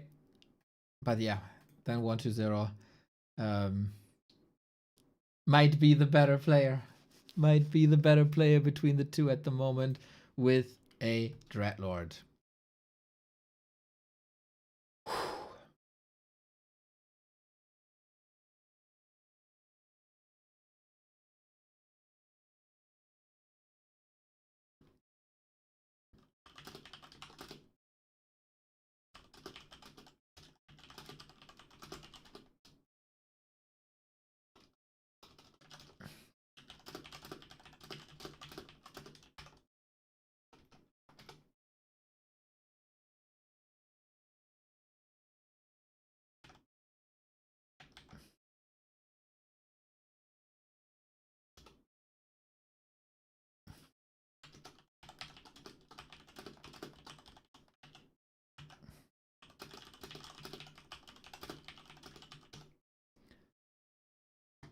Okay.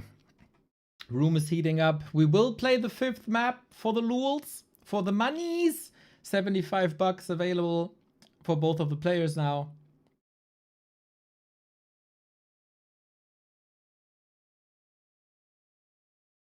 Dude, 120 almost throwing this. Almost throwing this, but the beauty of Carrion Swarm, man. From an undead perspective, of course.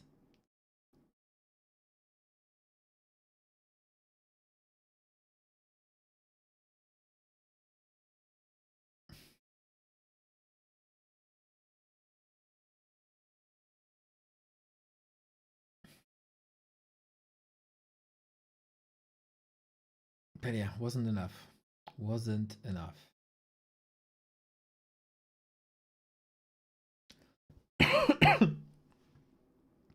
I'm semi-distracted because Sonic is asking for our lineups. We got Nation War Grand Final today. And we have to do the lineups. I have to send it right now.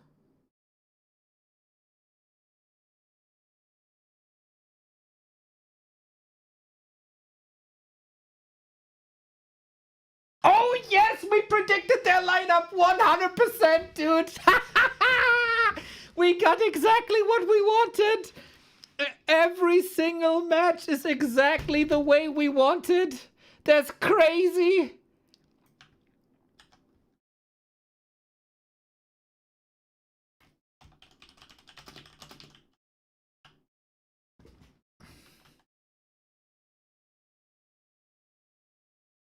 Oh, shit, this is so good.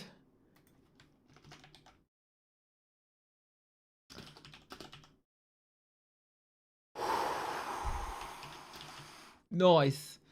Nice. We got Edo vs. Fodder, Kevin vs. Kaz, Tetsta vs. Aspect, and Leon vs. Soima. And 2-on-2, Leon and Kevin versus Kaz and Sonic.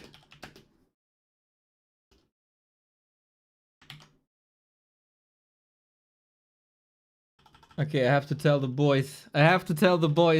Damn, NASA, you wonderful soul, man. The prediction was crazy.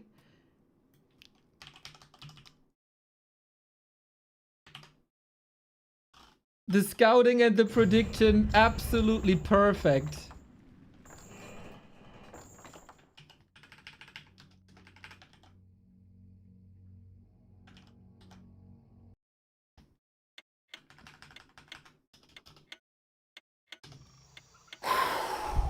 Yeah.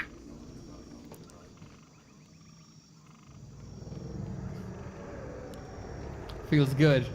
Feels good. So this has a little bit of a show match character now. The Chinese organizers are big fans of the play all 5 format. And so we play this 5th map out for stream content.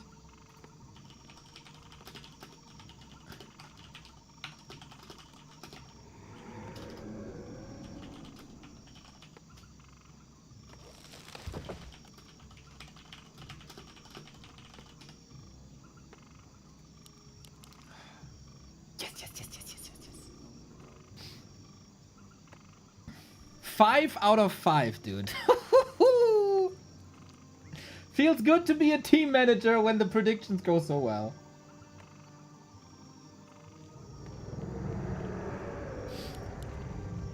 We analyzed their previous games and their ladder behavior quite a bit, so feels good. Feels good.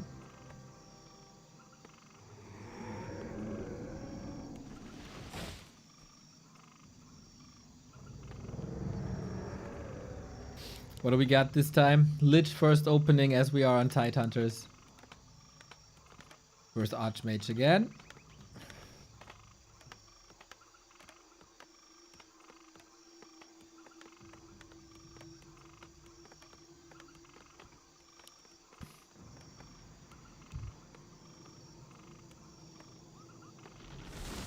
A player's forces are under attack.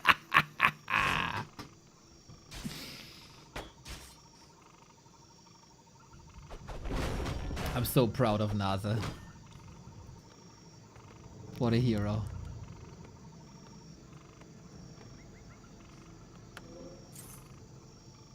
So this just for the golden pineapple. We go for expansions once again. No Dreadlords no more, unfortunately.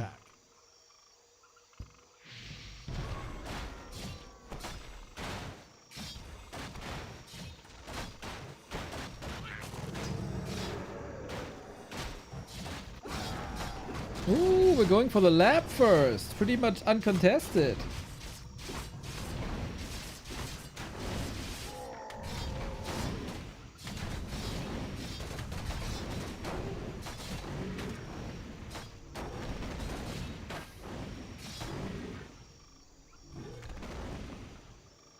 So Ring of Archmagi, nice.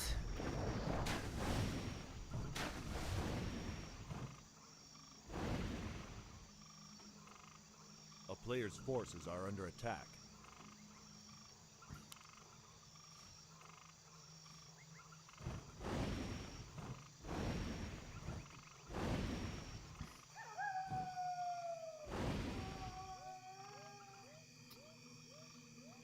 can we muscle up another attack here? Still, you know, $75. Not nothing, but you just got eliminated from the tournament. Might be hard to play at 100%. A player's forces are under attack.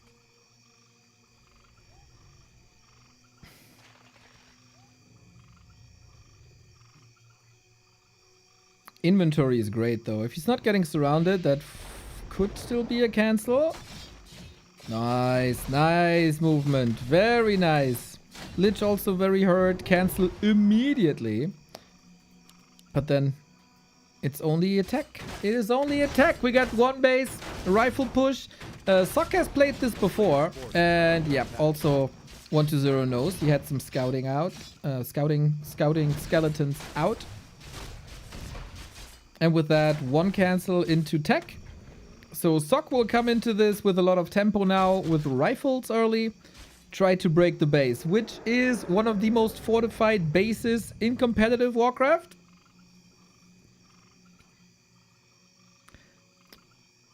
But hey, it might still work. With the Paladin second.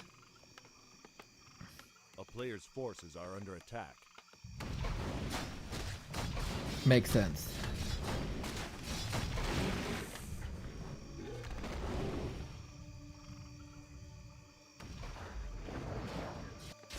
So we're leveling with Militia.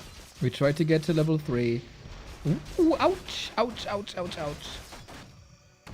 Last hit big here. 120 gets it though. A player's forces are under attack.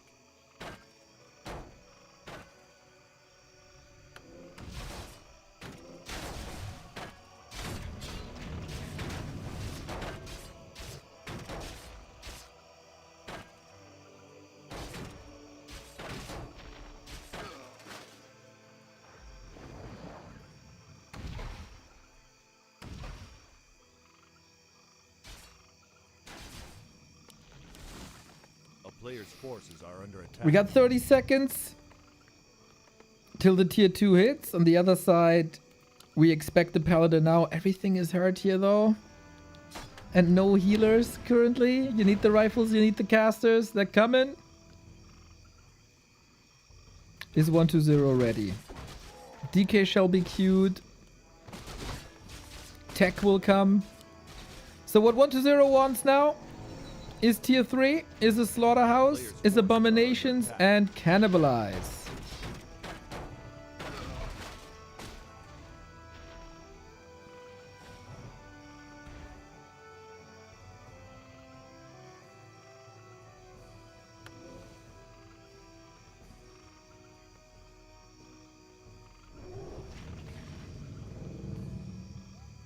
A town is under siege.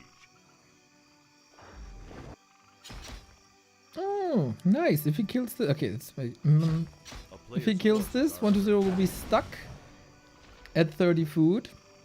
Can't help but feel, though, that a Lich with ghouls outside of the main right now when the rifle push is coming in, not a great sign. But he's only level 3 still. He's very conservative with the mana. I like that.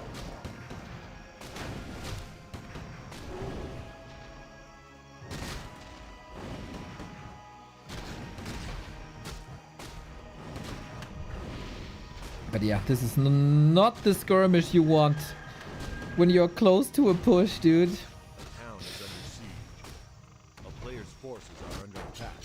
But he will be stuck at 40, right? So this is 150 gold into another Ziggurat, a replacement Ziggurat, but a rifle falls.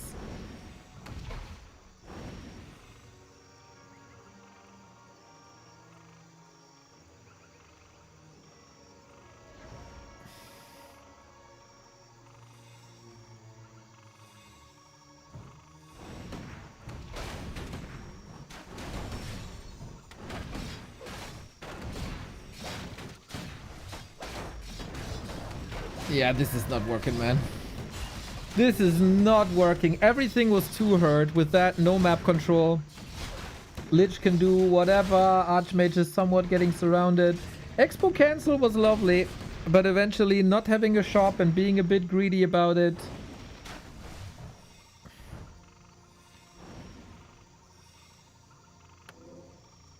zero chance, isn't there?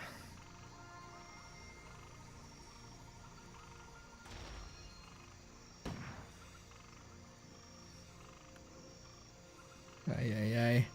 Very deflated sock. Good luck.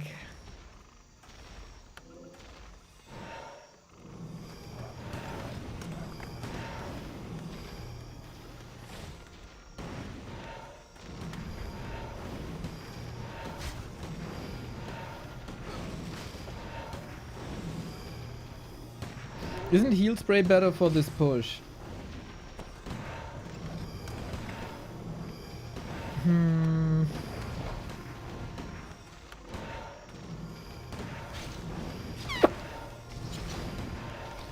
think Paladin is mostly great because he also offers armor at some point. Coil Nova is a lot of single target damage. This is why Holy Light is great. The priests are there to give you the long-term sustain, which is like the AoE healing that the Alchemist gives you. Tempo-wise, I guess you have a point.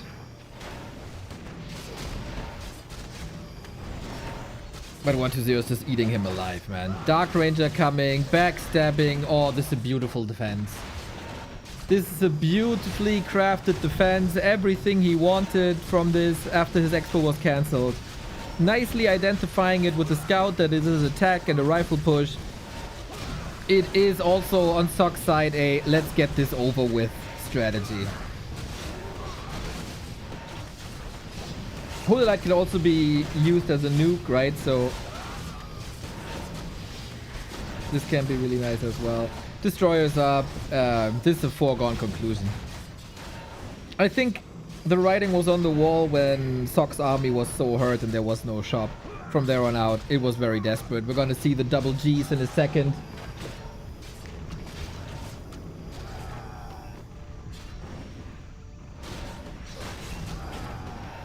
Player's forces are under attack.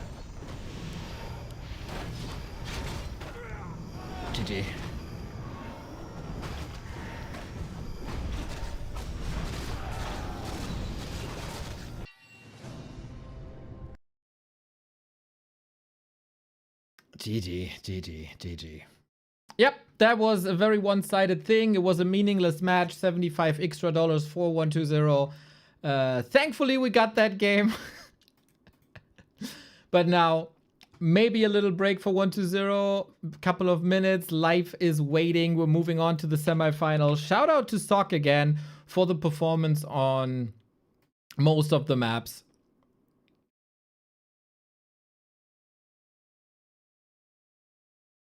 That was very well played. And then 120 bouncing back from that with the Dreadlord. So good. Cool series, with the exception of the last one, I think.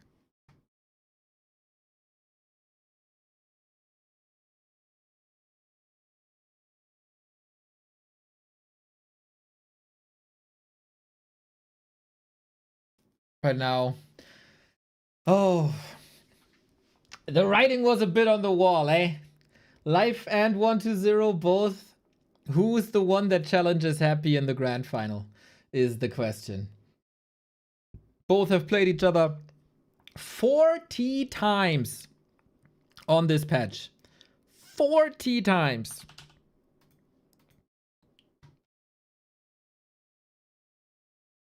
And the score is 20-20. Straight down the middle. It can't be more balanced than this between the two. Whoever claims 3 matches first will be the winner. We heard yesterday that Life is maybe a little bit sick. Hopefully that got better.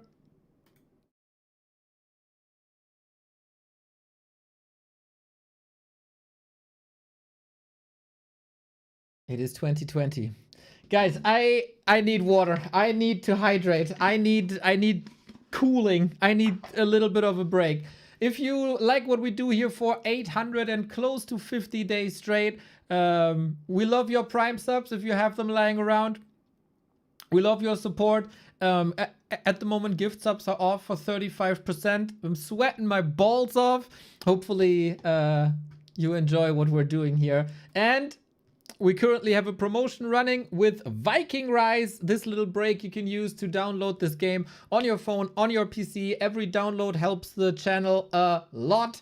You can win a €50 Amazon voucher as well as getting a nice little jump start for Viking Rise. Fun little game, especially when you don't want to do anything stressful. This is exactly the game for hot summer days when you just want to kill time. And now I get a refreshment.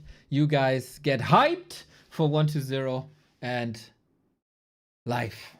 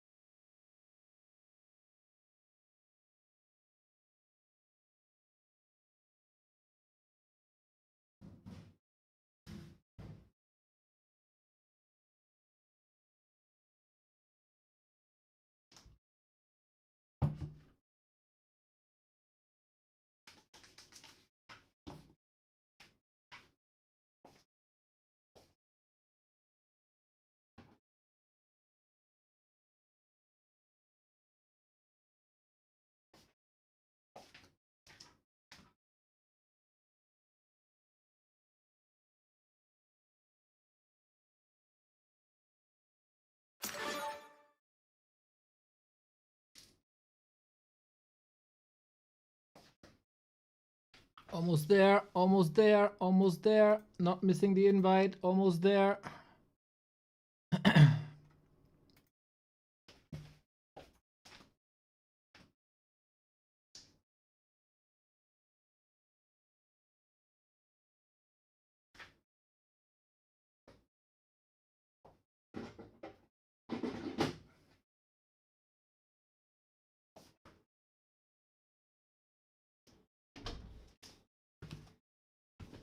Alrighty.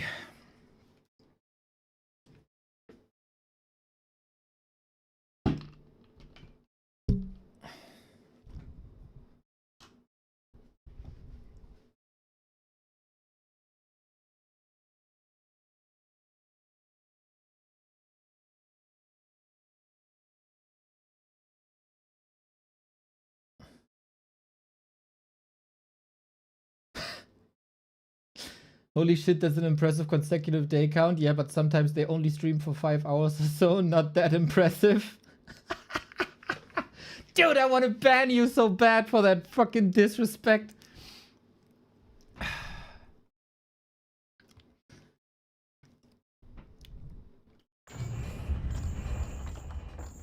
Muted? No, I'm not.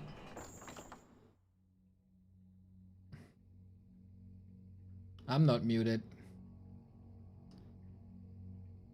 You can't fool me.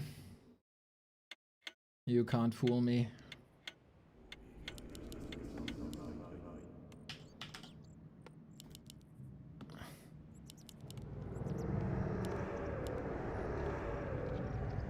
I am not muted.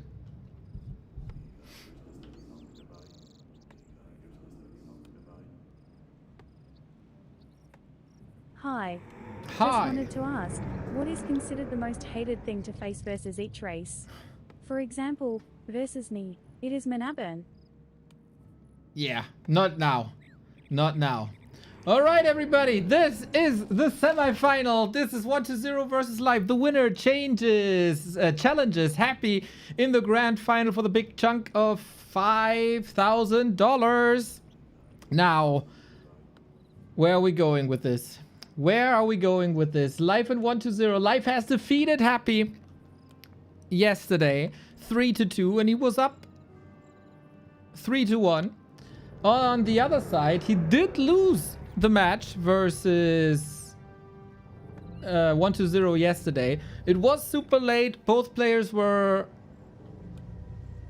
very exhausted apparently. So now fresh start. Hopefully Life is doing better than he was yesterday. He apparently went to the hospital, got some IV shots. It's on now. Winning the Golden Cup would be fantastic.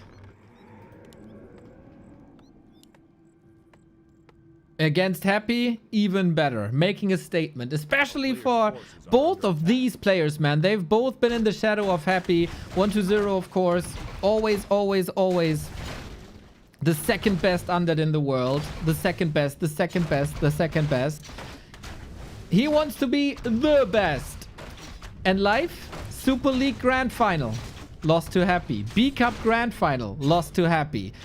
Golden Cup #1 Grand Final. Lost to Happy. He is the prince that was promised. He just needs the big tournament win. So far, he couldn't do this, and this is another chance. It will be a long day, a tough day with one matchup, but both undeads play this a little differently. Both go with Demon Hunter, and we have an interesting solution by Life. For the past half year or so, it was always Demon Hunter, was always Immolation. Past couple of weeks was more mana burn first. Attacking the DK, always and ever. Life, if he wants the championship, he has to win the majority of 10 matches versus Undead in a row now. Happy will surely be watching this. He's a big fan of the stream, I imagine. Always feasting on our brilliant ideas for the game. We are basically his coaches at this point. And he can, of course, analyze what Life is doing. Thank you, Solani, for 97 months. Nuts. Nuts. So, here on Hammerfall, we are not going for the DK immediately. We're not harassing immediately. On the other side, 1-0, not going for an expansion attempt. On this map, it might be a little bit too risky as well. So, it is an interesting dynamic between 1-0, Life, and Happy. 1-0 is more of a strategist than a micro monster. Life is the micro monster for the Night Elf, the most gifted mechanical player, but also best scouting, hardest worker, hardest grinder, and we have seen quite a few tactical deviations from him. With talents yesterday, for example, and oftentimes it's about the early game. Against 1-0, Life is taking these Naga fights any day of the week because he's more mechanically gifted and better in the micro. In these 50 food fights, he's going for Naga second, but he's getting caught here out in the open. Demon Hunter down to 50%. It's about the damage you do and the kills you get.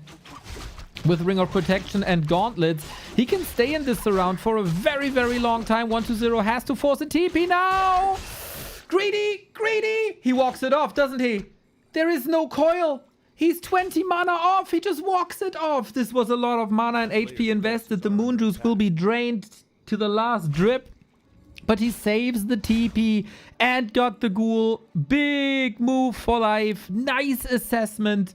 It looked like he didn't even sweat. He knew exactly that it wouldn't be enough. Now Naga though. And reveal Archer Hunt. We got some body blocks here as well. If archers are falling now, this will reduce creep speed. We have another reveal used. And that's a double kill right there. So 1-0 striking back a little bit. Strong start for both of them. Here's the Naga now with a healthy Demon Hunter. Always a feels bad moment to be caught out when everything here is poisoned. Hydra is gone. Okay. Poison's still ticking though. We have boots on the Demon Hunter chasing the opponent's Naga. Ghoul safe to the side. Archers take care of that. Very precise. Very, very, very precise by Life.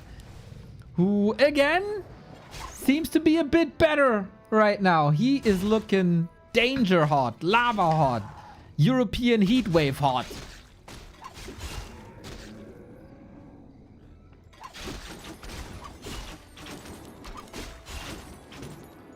And 1-0 is losing a good amount of ghouls. Problem with the Naga, of course. You can't heal her with coil. But that is also not necessary. No level 3 on either side. Always, like recently, seems like a win for the Night Elf. You need a creeping phase at some point. After this skirmish. After that damage. Is the Ancient in position? Absolutely. 1-0 is bleeding units, man. Yes, he's saving a couple of these ghouls, and it is hard to retreat with them against a well-controlled Naga. But I would give the advantage to life from here on out. This also means no Frostworm on 1-0 side. It will be Lich. Ooh, we're taking that turtle, huh?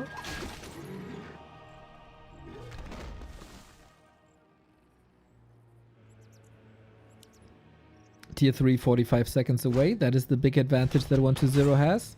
Tier 3.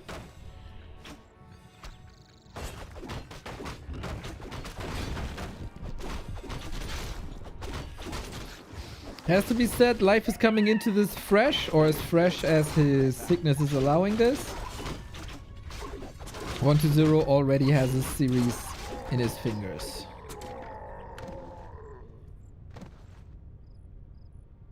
Ring of Regen, awesome. Level 3, super precise.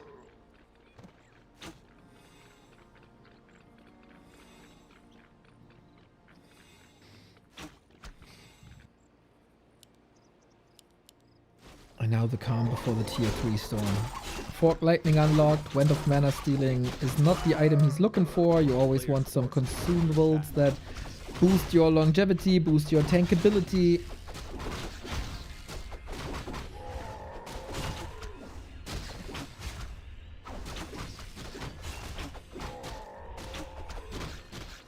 Like the info potion that the DK got. That would have been perfect.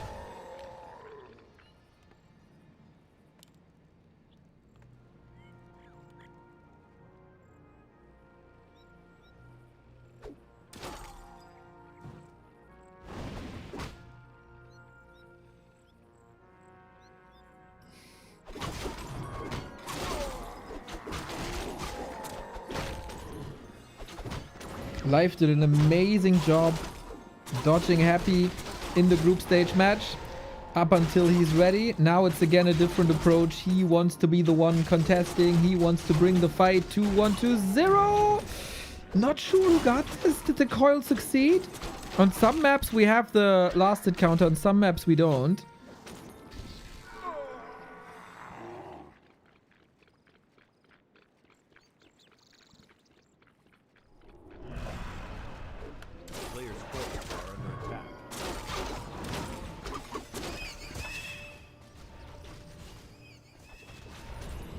And now Orb is online. We don't have level 3 Naga just yet. 1-0 indicating that he wants to expand tier 3. This was relatively successful yesterday already. If life doesn't break this, this is the win condition. So life, 2 options now. Either you break this or you counter expand, of course.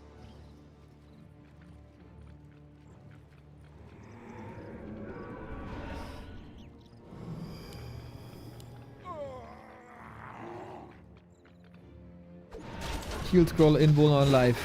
It looks like a fight designed for life.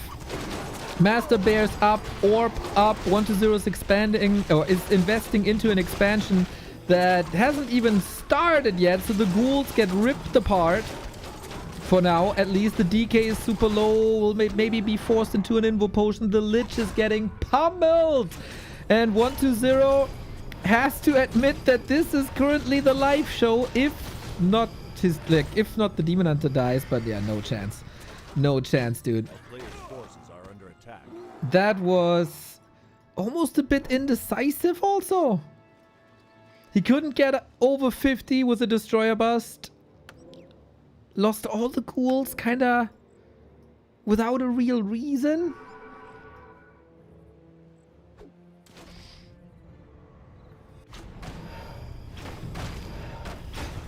And that means 120 has to pull all the way back down to the bottom where there's not too much experience anymore.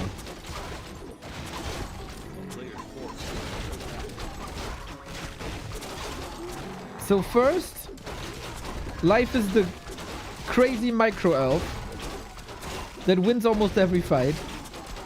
Then he became the scouting elf that has his eyes everywhere. And now he turns into a decision-making elf.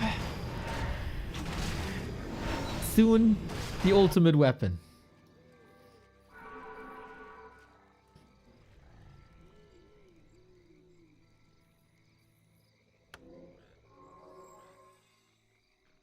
One to 0. What can he do? Must feel a bit hopeless now on this map, even though it's 50-50. Mana's getting burned immediately. Naga comes in with the clarity. Noise. Has to be said, though, that 1-0 steals the Cobalt camp away. Wand of the Wind dispelled by the one destroyer we got. Immediate town portal out as the Naga is low. The Lich is starting to fall as well. It is kind of remarkable how many bears are still on the fight. Like, usually you have so much focus fire and so much burst that the bears just disappear, but that is not the case here this game.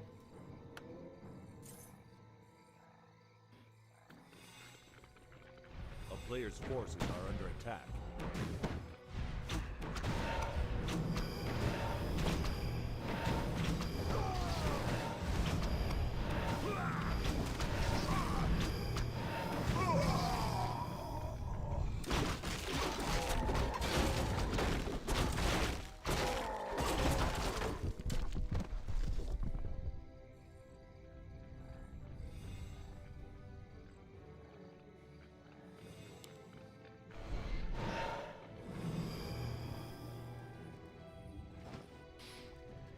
Is 10% evasion effectively 10% damage reduction to DK, excluding spells? Yes.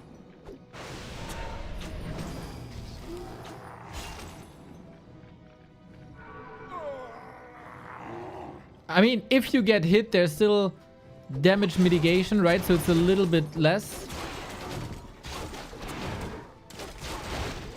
It's 10% minus damage mitigation. Player's forces are under attack.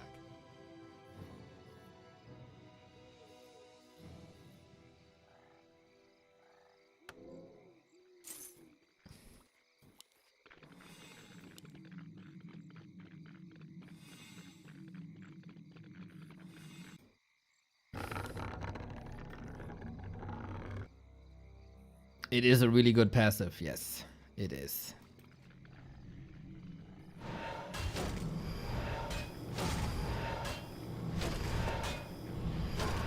Player's forces. Basically, if you get hit, you got like 30% damage mitigation, right? Because of armor. Or a bit higher. If there's evasion, it's 100%. So.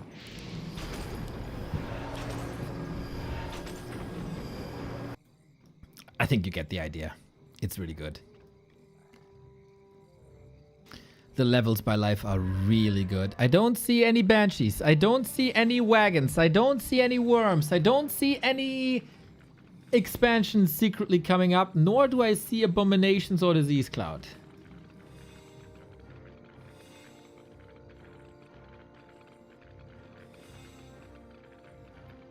I don't think that's enough. 1-0 has 1,000 gold. Very, very greedy, but Life also.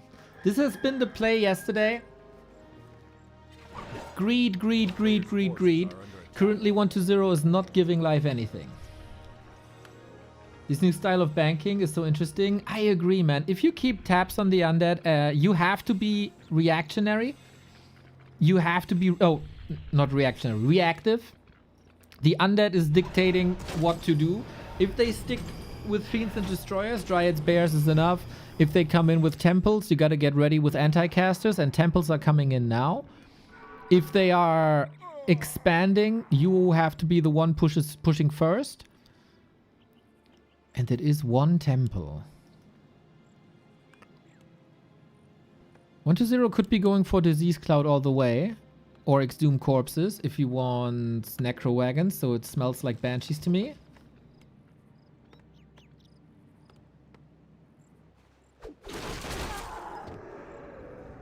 On the other side, life, no sign of mountain giants.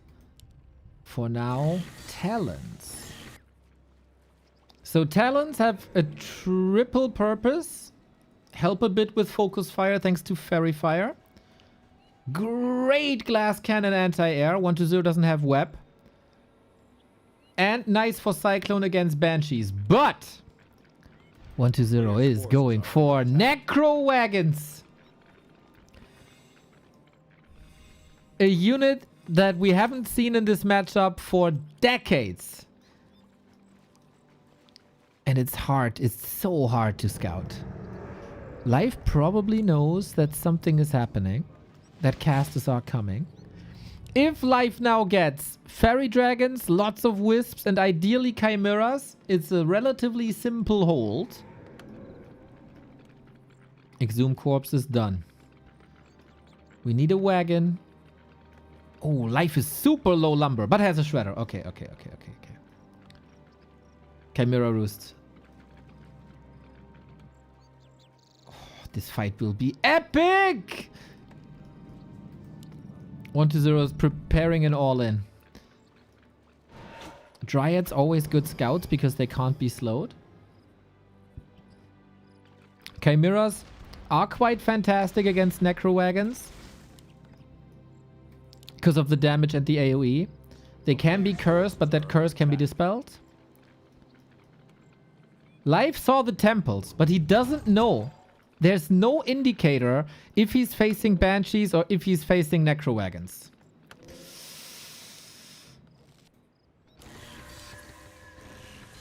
If he scouts well in a bit, he will know. And then he shouldn't play talents, but rather fairy dragons, and then he should be fine. This needs more setup. And I love how Life is poking into the base. Show me what you got. Show me your cards. That's okay. He should see this now. A player's forces are under attack. He has ultra vision. It's daytime. He knows. Ooh, no master training. No cripple. Interesting choice. Hopefully that was on purpose.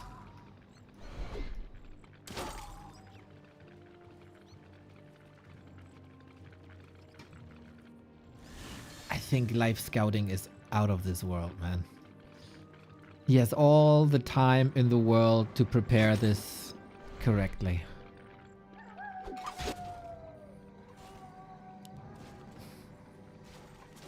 A player's forces are under attack. Is 120 throwing? No. Very legit strategy in the late game. Very hard to counter if not scouted perfectly. Maybe... I don't know why he cancelled that master upgrade, really. Maybe just a misclick. Ooh. Ooh, that statue. He forgot about it. Oops. Why was that statue there? We also don't have Disease Cloud. That's, to me, the bigger issue. He has no corpses! Oh no! 120! The exhumed corpses! You want to pick up corpses with the wagons so you can unload them. He did this mistake before. He did that mistake before. Where is he supposed to get the corpses now? A player's forces are under attack. They're loading. Yeah, they're loading now because he's distracted and it takes more time.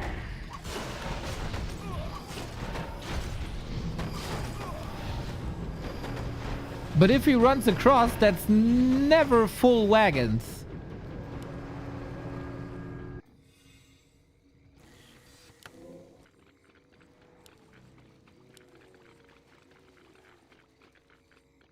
He would be in the Night Elf base now with like half a meat wagon.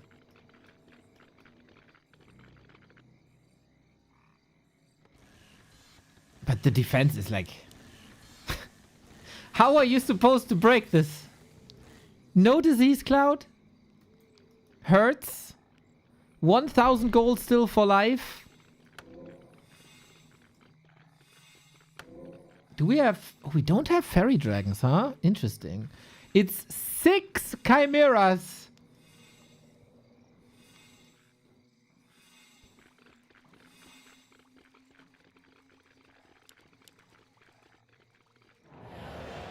And an expo behind this. Alright. Alright. Good luck with that, dude. How many fiends we got? 5. Main base empty. So we're contesting the usual natural. And are now bringing in the fight. Alright, game 1. Will probably be decided here soon.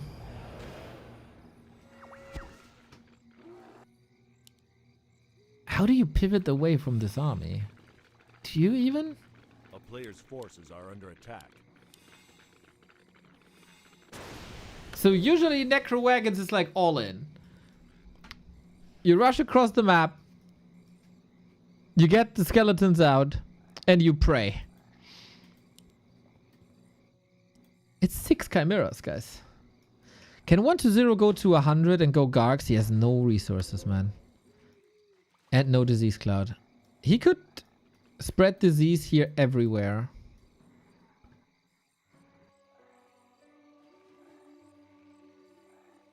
I think...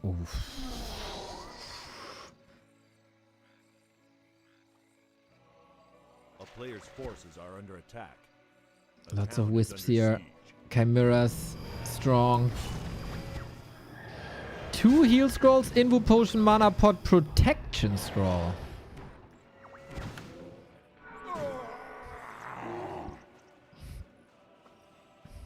Life also out of gold. Both out of gold. 80-80 food. Wisps coming in. Big fight now. Any chance to win this for 1-2-0? We'll see about that. Wisps coming in. Protection Scroll being dispelled by the Wisps. Whoa, how much damage are the Chimeras doing? A lot. I don't think this is any way possible, man. Twin-headed dragons terrorize 1-2-0's army for now. No more web after the fiends are falling. The wagon should be dead as well. DK hurt, Lich hurt. We still have an heal scroll, okay, but the DK is the backbone of the army. Destroyer taken care of. Actually going a bit better than I anticipated, but this fight was not what 1-2-0 wanted, was not where 1-2-0 wanted this. And 6 chimeras are a lot of damage. A lot of damage. Super chaotic in the end. Very hard to realize what exactly is going on. But yeah, if you don't weaken the army beforehand with Disease Cloud, if you don't go for this timing push, if the enemy has this time to prepare for your wagon push, then it's looking rough. And Life played it well, man. A bit atypical to not go fairy dragons, but he didn't need them. He had the wisps ready when he needed them.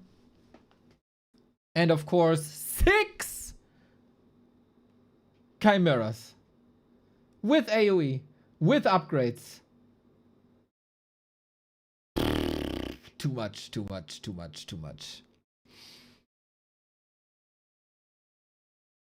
Way too much.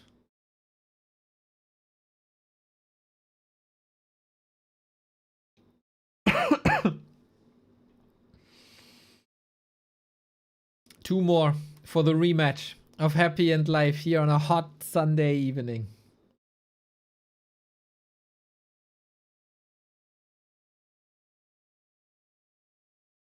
If somehow that third base comes up and if you call the Chimera, Gargs are amazing, but you're also on 1 crypt, so transitioning into that is not too easy with 1 crypt. Because you need to have a certain number of necros, you need to have 2 wagons. You have the fiends from before, so killing them off is also doesn't feel good at all. So when and how are you transitioning into Gargs is a little bit the question. And also nobody has like infinite experience with these builds because they're rather fresh.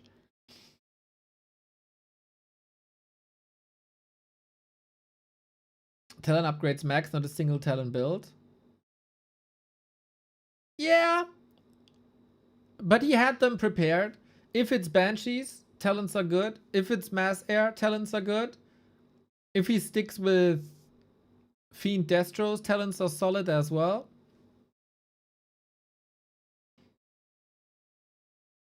So just to have the win prepared is nice.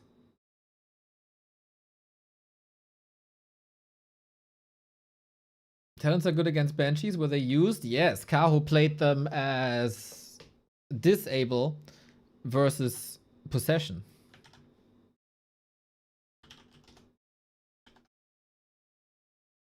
That was sick.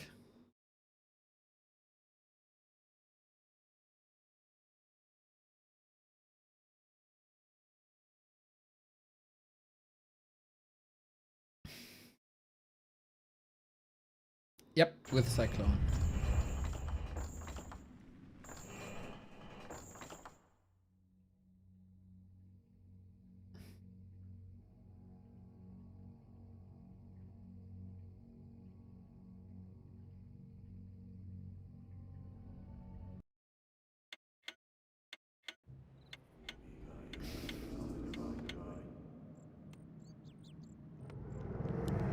One 0 for life. Undeniably the best Night Elf in the world. Flexing once again.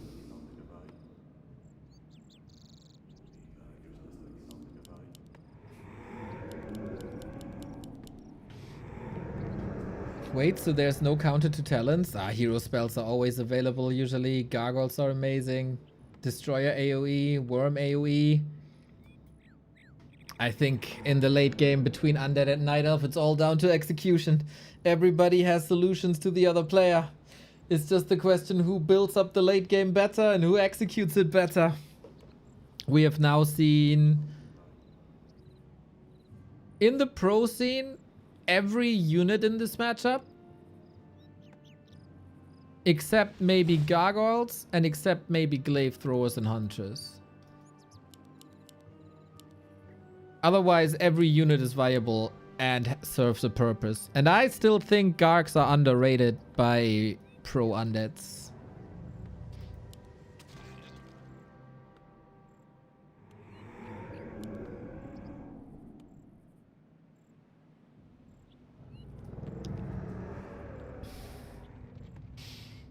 So who learned more from game one? Yesterday was an extremely close series between the two.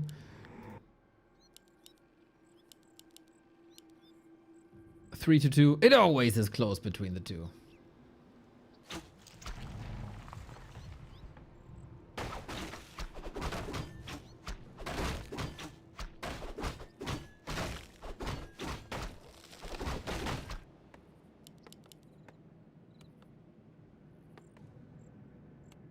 I feel like Nova Swarm sounds good versus Talons. Well, if you commit to a Dreadlord, you will not see Talons. You'll just see Dryads. Many Dryads, because what's the Dreadlord doing versus Dryads? Also, usually, if you go DK Lich, you usually stay 2 heroes.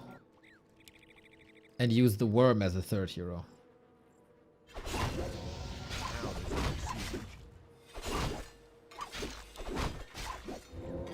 So yeah, lots of tactical choices. Lots of viable strats, lots of viable units.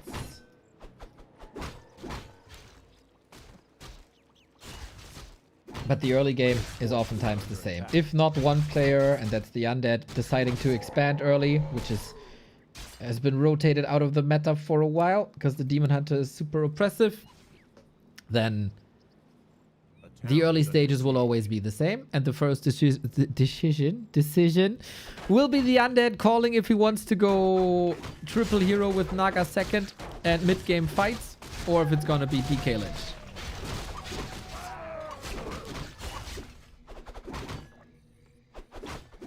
with the late game worm timing. A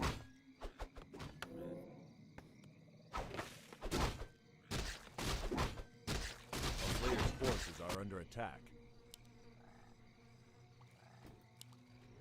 And for life, the task is keep the DK away from 3 while leveling yourself to level 3. Doing both at the same time ain't easy, but it is necessary.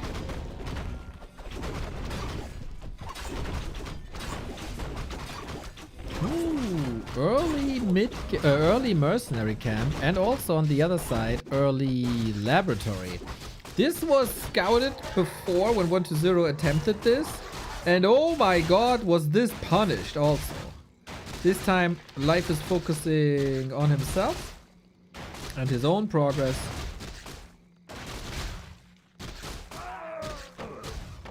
And that is Book of the Dead. Can also be countered pretty much immediately by one Wisp, so he will probably sell that one.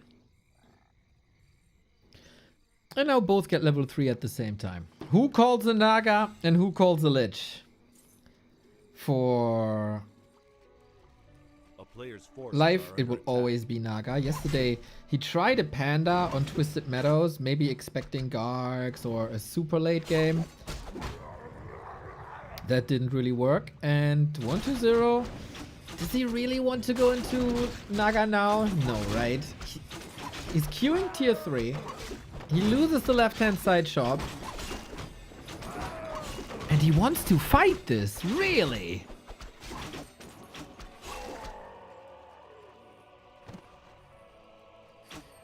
Alrighty.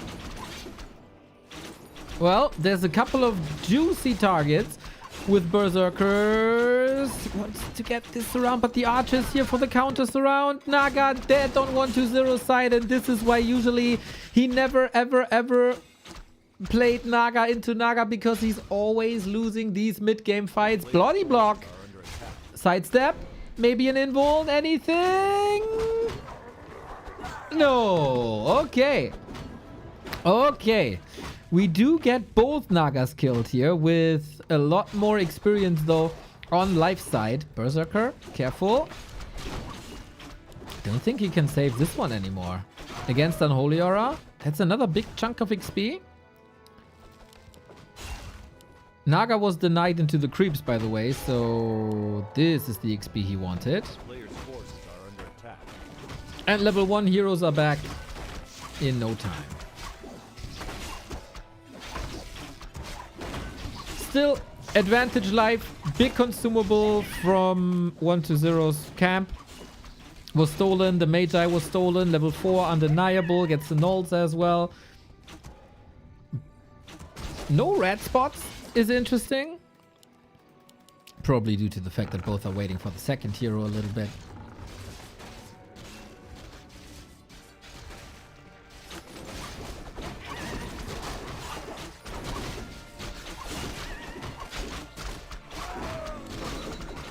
Town portal. Naga very intelligent. Demon Hunter very tanky.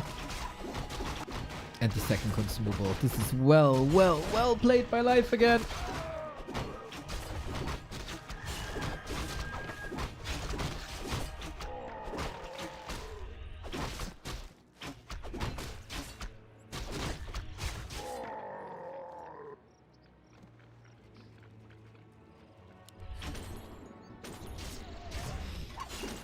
Is the Lich coming? Yeah, but it takes a little bit too much time here.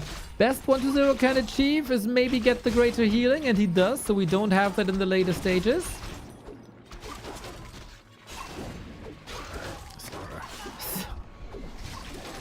Life is bullying 120 here.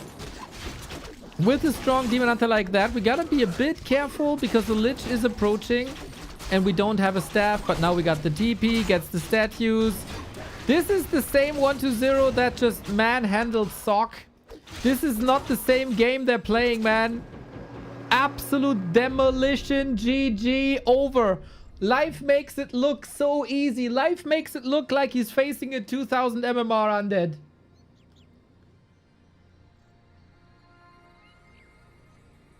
And 120 looks hopeless here. Absolutely hopeless.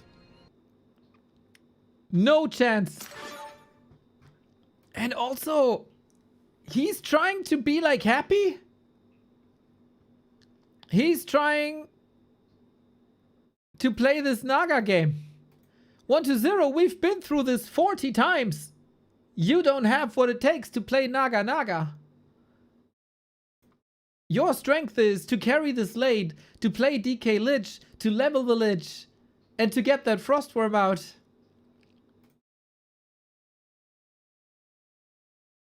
And also picking Last Refuge. Don't we have enough evidence that life simply owns you on Last Refuge from the past couple of days? He owns Last Refuge now.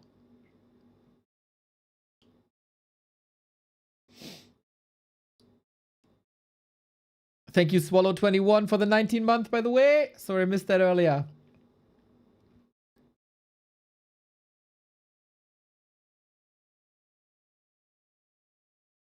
Owned. Owned. Oh, sorry. Misclick.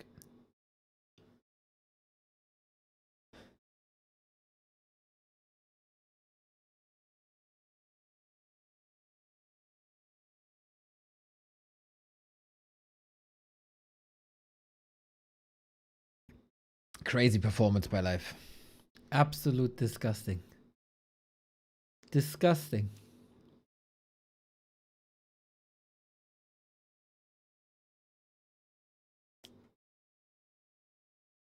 It is a 2-game win streak for 120. It was relatively close.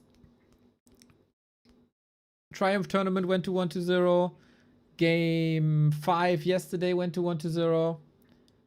But this seems like Life is fueled, man.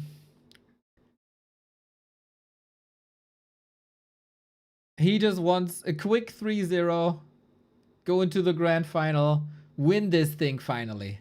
After so many second places, is it finally time to claim a title?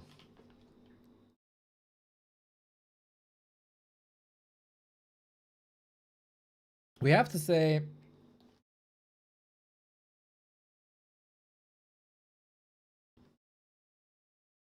we have to say, in the series versus Sock, 120 also had a very decisive loss against him. And then he had the most decisive victory with the Dreadlord.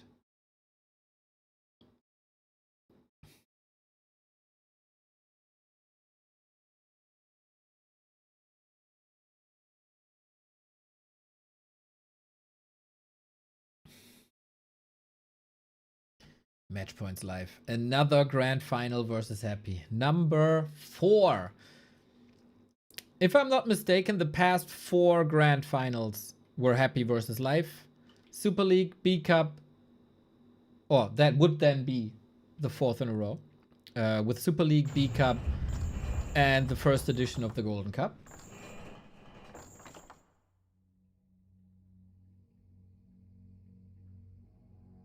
Springtime now.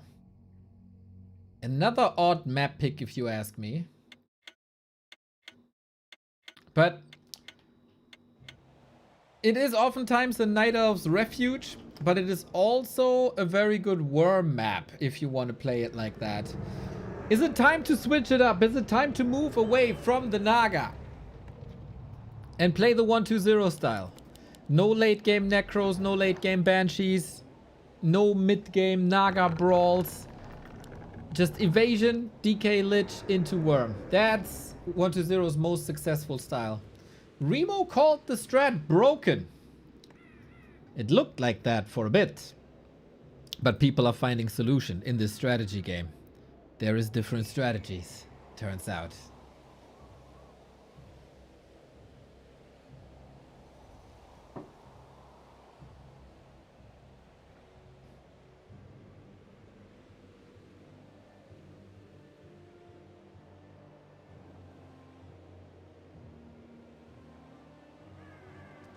2 series with 2 2-0 leads. Sok was able to muscle up a return. At least for one map. We have to say, not 1-2-0's crispest tournament there ever was. Noticeable in the group stage. Allegedly tech issues with a new keyboard.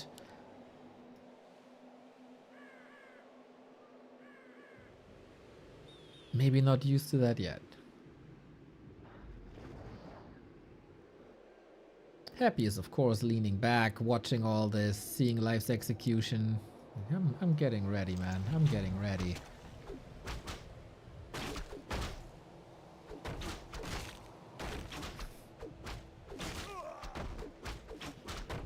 Whoops, no pull, just a kill. Acolyte gone in a heartbeat. First blood before the hero is even out.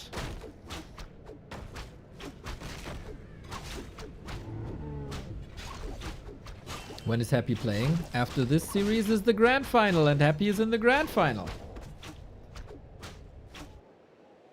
Waiting for the winner of this one. No XP is the result? Well, but you don't have a pull, you don't have vision.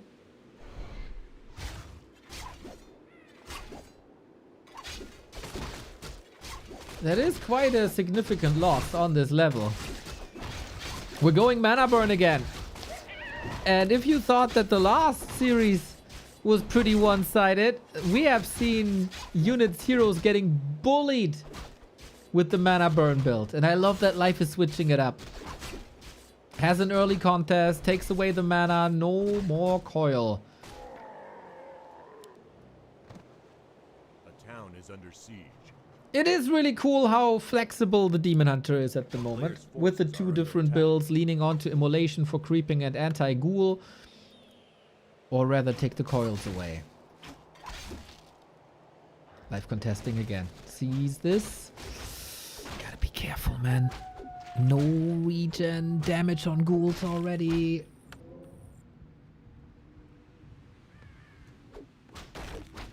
The stage is very, very, very much set for another Happy versus Life battle. War.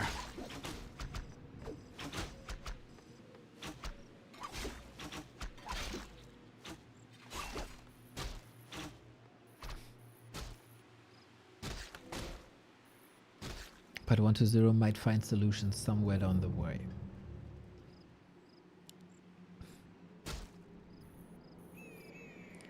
No surround this time, but it takes forever to get this level 2.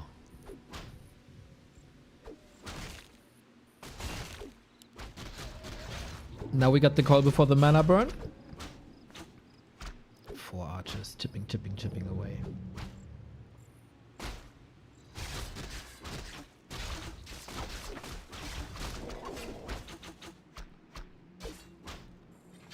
Where can he possibly go in the mid game without being contested?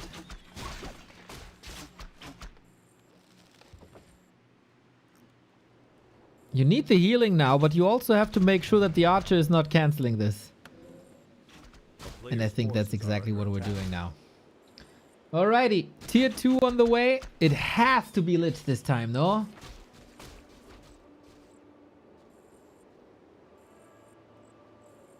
Is he sacrificing an archer? Level 2 now. Oh, the ghouls crept us in the meantime. Nice play, 1-0. We got a Naga now. 1-0 can't follow this up. The tech is yet to finish. Hello, from the other side. Not locking in a surround. Decisions to be made for 1-0 now. Playing this aggressive. He's going Naga again. Intercepting. Life in trouble with this Naga. No Zeppelin available. At best, he can go for a deny. Hello, creeps. And good night, Naga. Invests the coil. Naga will be back in a bit, but that, of course, makes her extra expensive. Also, nicely maneuvering the skeletons away from the wisp. That also died. So, this might have been somewhat on purpose because of the importance of the mid camp. Demon Hunter needs level 3. Got some solid inventory, but it's not overwhelming. But this spot here is essential to reach level 3 for the Demon Hunter and was oftentimes attacked, as the Niles are always going for that. So by luring 1-0 to the north, the middle is open for the Demon Hunter on the cost of like a little bit of Naga. So for life, I think this is still fine. We got boots now. It is indeed happy-esque what 1-0 is doing here. A player's forces are under attack.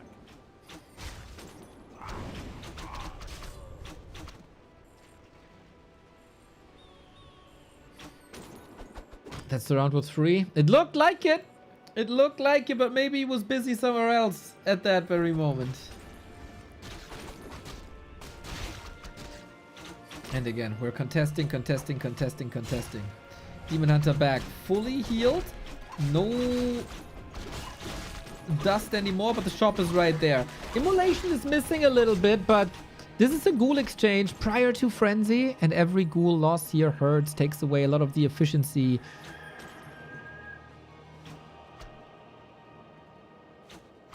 Of Frenzy ghouls.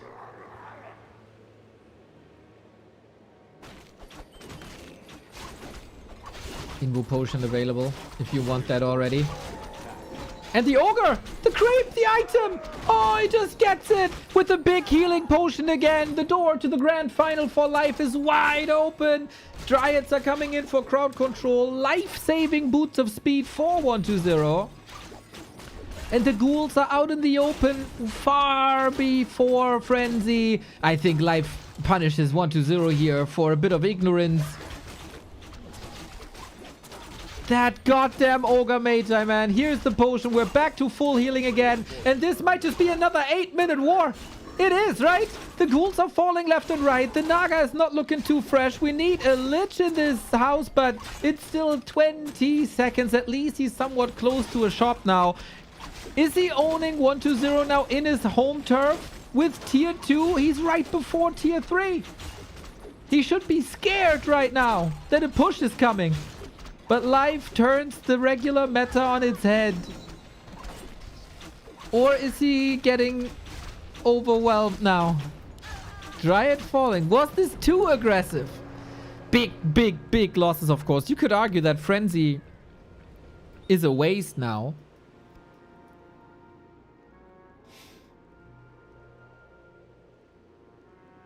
A player's forces Imagine are under these attack. bears were with the push. Little bit of overextension, but there's no Destros yet. For a few more seconds. So the Reju goes through. No want of negation. But he has to fear Coil Nova now. Well, he would have. If there would be mana. But that was all burned. So the Undead's power. Oh, he steals this one as well. Player's forces Medusa the Stealer. So usually the Undead is banking on a 9-minute push. 9-minute 20 is when Undead is the strongest, when Destroyers are finished and the Orb is out. And Life said, okay, bro, then let's fight at 8 minutes.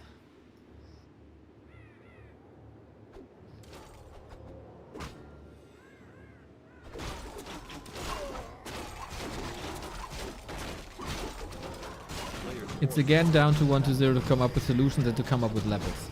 We might split the map now. 1-0 left-hand side, Live right-hand side.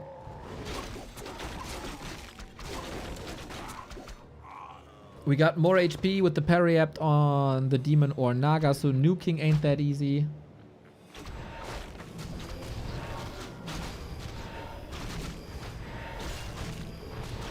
Dude, Life has the biggest balls, man. Life has the biggest balls.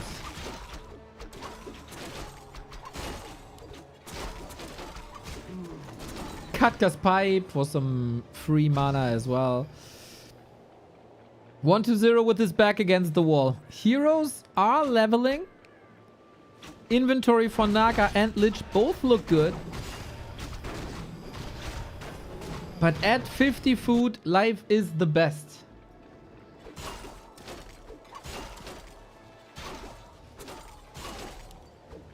free Fiend.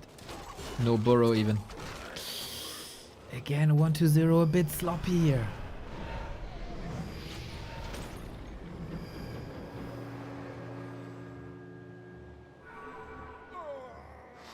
On their blogs today, Chinese says happy plays like a Swiss clock.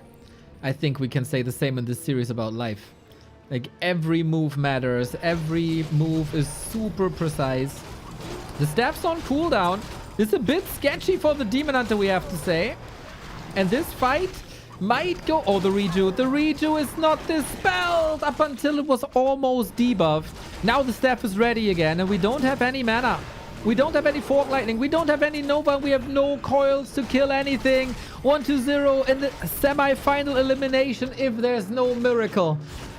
How often do you see at the 12-minute mark bears roam so freely? They are not contested, really. And the creeps have been woken up as well. Genius. Just a little click. Just a little click. And they help you with damage. With Ensnare. This time there's a dispel.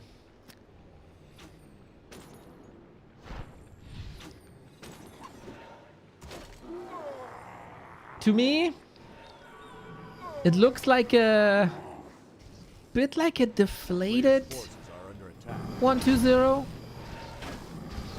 An uninspired 1-2-0 almost. As if map 1 broke him a little bit. Of course, he played 5 maps versus Sock, of course.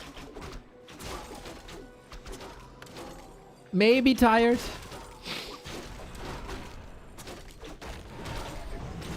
The burns are good. We're fighting for the red spot again, but...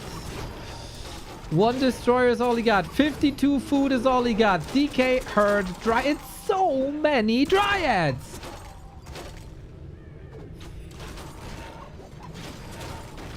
And the Demon Hunter is running the show. Do we have reveal ready? Yes, we do. Laboratory, another Night Elf building, basically.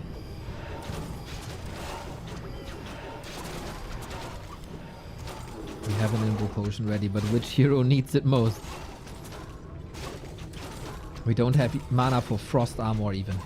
Is he nicely sharing that drink? 1-2-0 has to hope that life is overcommitting. It's the only chance he got. Now we got Frost Armor. Should be dispelled. Is dispelled. Staff ready. Yeah. You got your B2W rips ready, possibly. But not this life. How quickly he's back. Built in muscle memory. Yet another Fiend. And in these extended fights, it's nighttime. The moon worlds are regenerating now pretty much perfectly. Critter is a bit annoying here, but yeah, the Fiends are the backbone. Like, the destroyers are not that meaningful. It's so much about the Fiends. And we did reduce the Dryads from 7 to 5. Okay. And the reveal makes things more costly. Oh, Reju into staff. Lovely.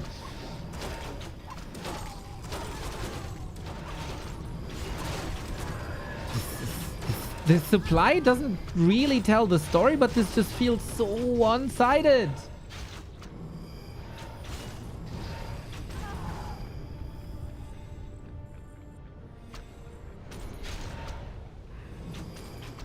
It feels like life has everything under control. Whenever he needs a bit of healing, staff is ready or Reju is ready. 1-2-0. I think it's just surviving.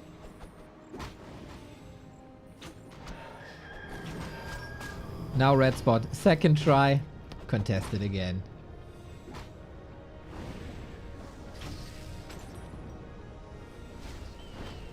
Upgrades kicking in because life is at 50 pretty much the entire time. We do have a mana pot though, and we had a little bit of statue uptime. Last hit. Battle bongos for life, but experience for 1-2-0. Maybe a little bit of momentum. We have to say though, 3 destroyers in the air, no mana, statue being attacked by the creeps as well. This goddamn mercenary camp, man. So annoying. We have reveal even before the burrow was even clicked, just in anticipation.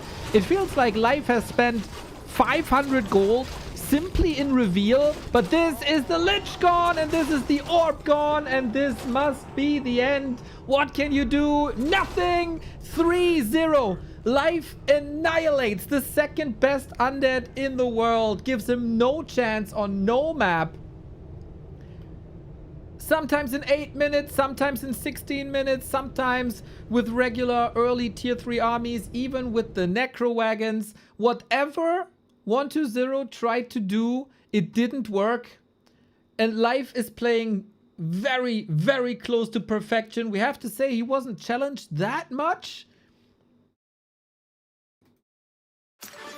It was more or less the same strategy. And in the fight, it is... He gives him the 50-50 fights the entire time.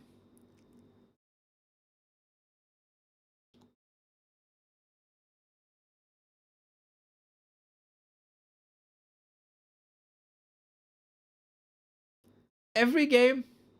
And you don't want to fight 50-50 with Life. I think so much is clear now. We have, again, the grand final of Happy versus Life. So much is clear.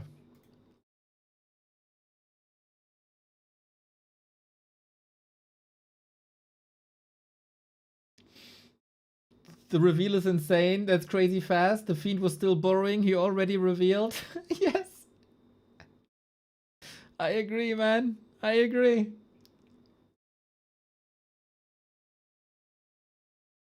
Is it finally the time for Life to beat Happy in a really meaningful game? He has 2 group stage wins, Super League as well as this tournament. In the group stage, he's able to beat Happy. But Championship Sunday Happy is different than group stage Happy.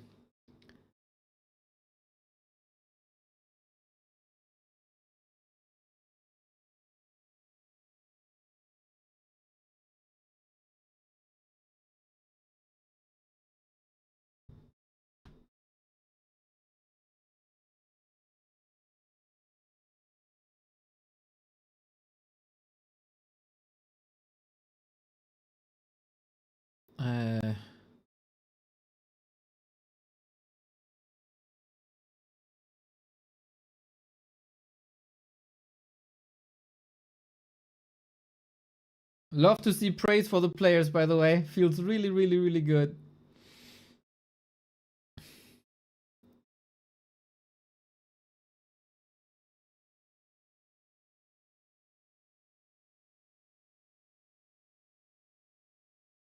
We... Okay, are getting ready.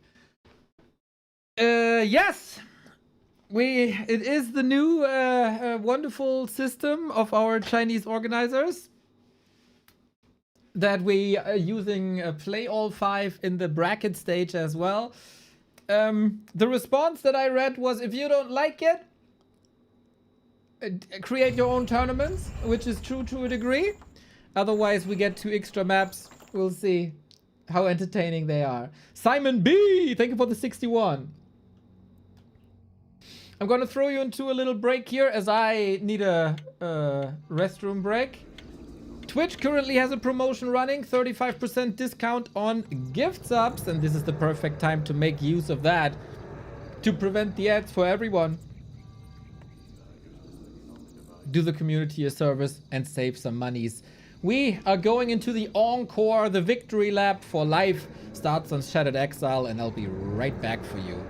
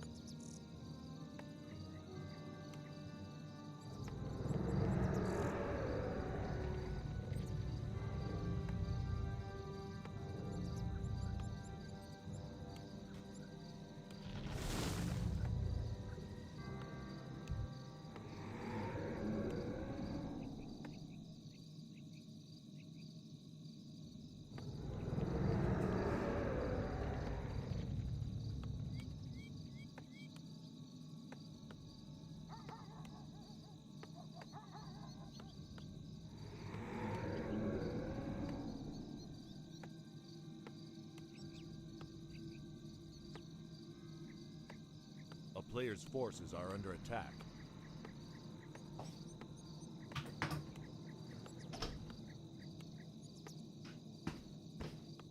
All right, all right, all right.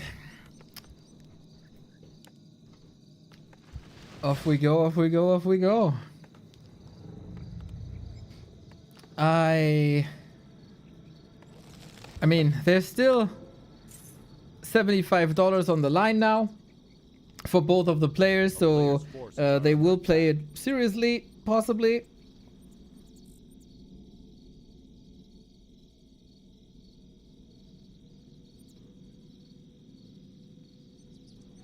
Let's see what we're doing here on Shattered Exile. Bigger map.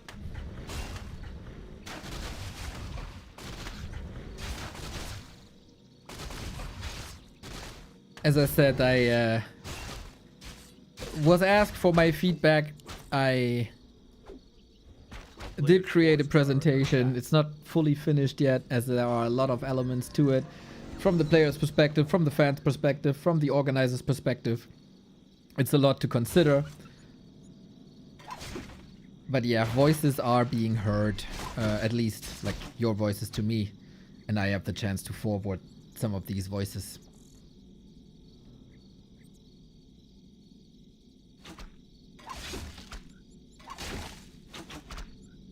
If I were live, I would probably just forfeit. But then, do you want to anger the main tournament organizer in China?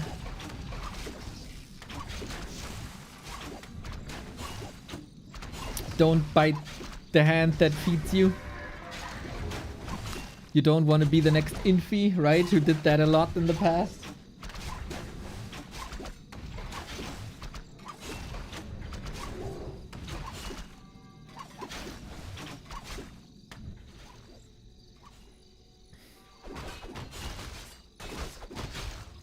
Don't feed the hand that bites you also, yes. Player's forces are under attack. And of course, you can go for timing pushes, right?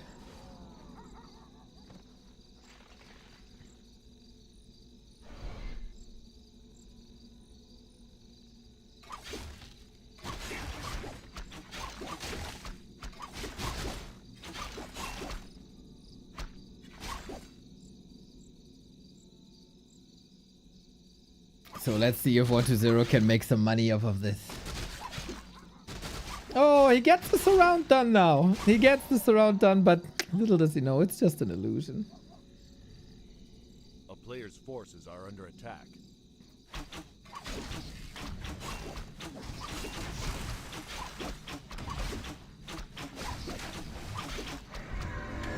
So again, Live plays it extremely clean, got the level advantage.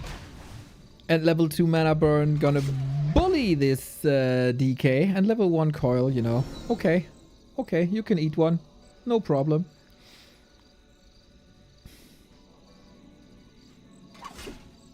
A player's forces are under attack. No immolation. That's the trend, man. That's the trend. I kind of forgot who did this first. I think it was it Moon in the 1-0 series that played without immolation? Or was it Kaho?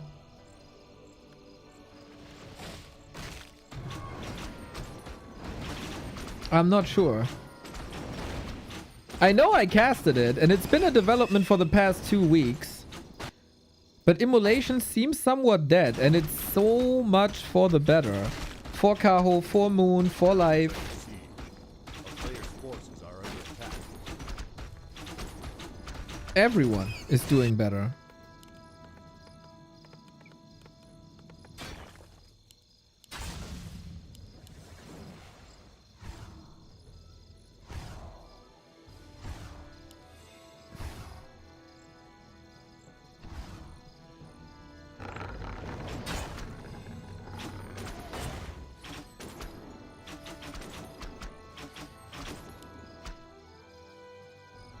And it is the Lich this time. Okay.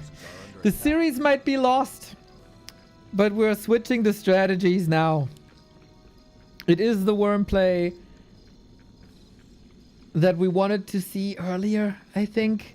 against the level 3 Demon Hunter, like, you are not doing anything with the Naga.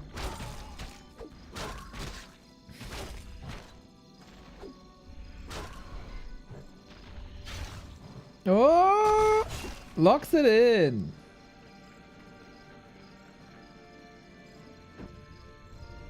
A player's forces are under attack. But life can creep at the same time, can tech at the same time.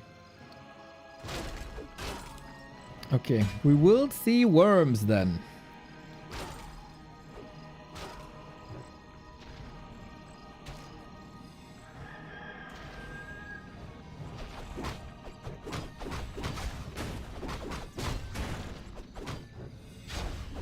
If you can dodge Life's timings, but his creeping looks very good. Double claw also very nice. So with that damage, Life still wants to fight, because you want to reduce the mana, you want to contest camps, and this has been the key, I think, for Life in the past few days. Either you evasion creep so you get your levels reliably, or you jump on enemies creeping, dude. It's all about creeping, levels, and movement on the map. Again, big damage. Big damage on Lich, big damage on Fiend, big damage on Ghouls.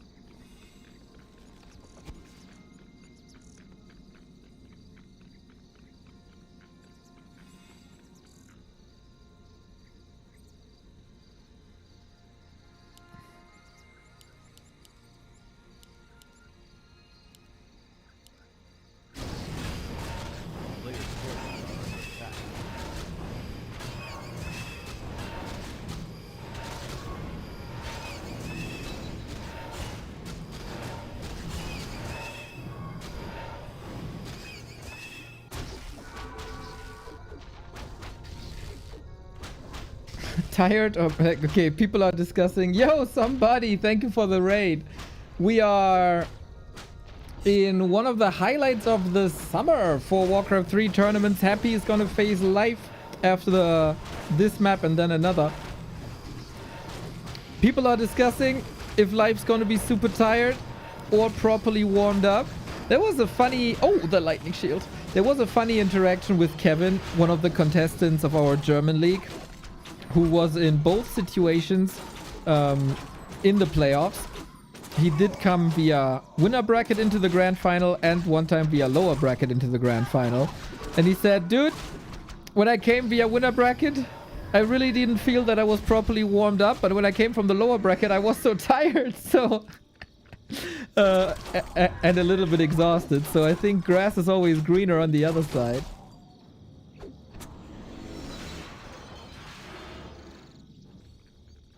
But I mean, theoretically, you can warm up on like ladder or CGs, right? But it's not the same. It's not the competitive drive.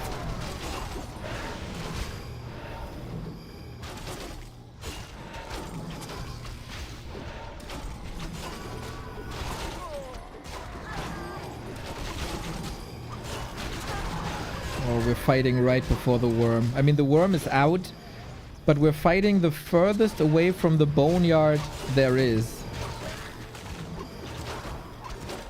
So this is not ideal for 1-0. He got the pipe though. He got the heal potion. That is pretty lovely. Now the worm is here. And this is a bit more problematic, eh? Now you got the firepower. But we're fighting also right next to the trees. Not controlling the Demon Hunter with that. We're going straight for the bears and tanking lots of damage. Worm is attacking the creeps! Oh no! Oh no!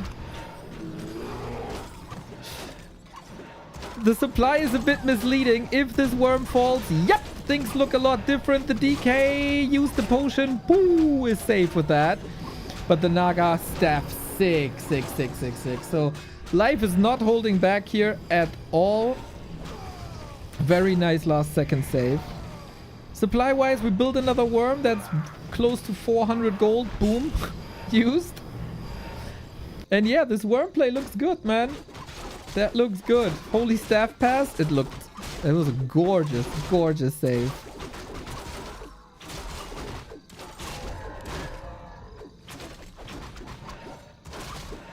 Flute, ring of Archmagi.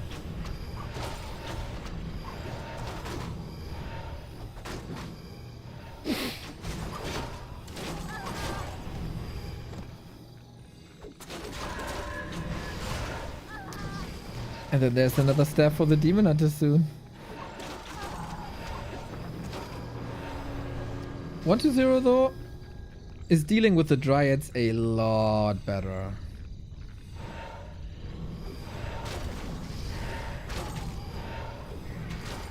This might very well be the first win for 1-0 then. The worm is out again. Rising number of fiends. Supply is super good. DK level 5 already. Lich level 4 already. Yeah, I didn't understand why he was so adamant on building Naga second, as if he wants to prove a point or something throughout the first 3 serial maps.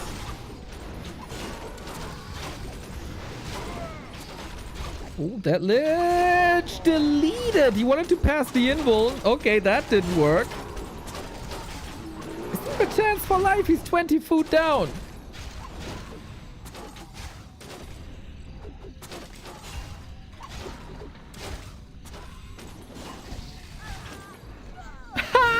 Second kill! The Demon Hunter level 5, dude! Life is Superman! If he deals with the worm, he's gonna win. Oh, snap. Oh, snap. What the fuck, dude?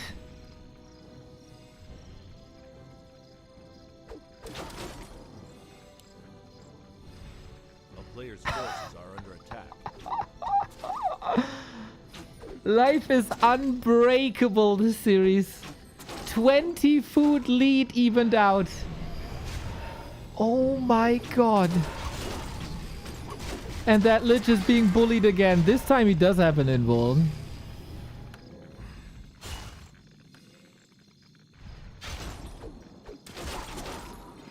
And Wonder Brown leaves the game. Okay, buddy. Can't watch this anymore. This Demon Hunter. I can't watch this Demon Hunter terrorize the poor undeads anymore.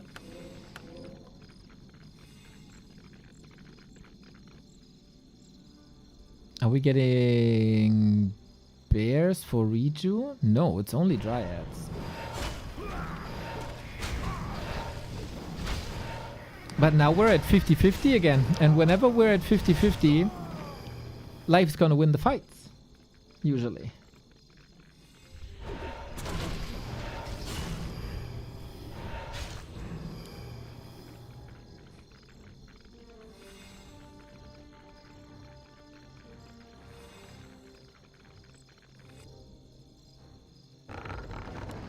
A player's forces are under attack.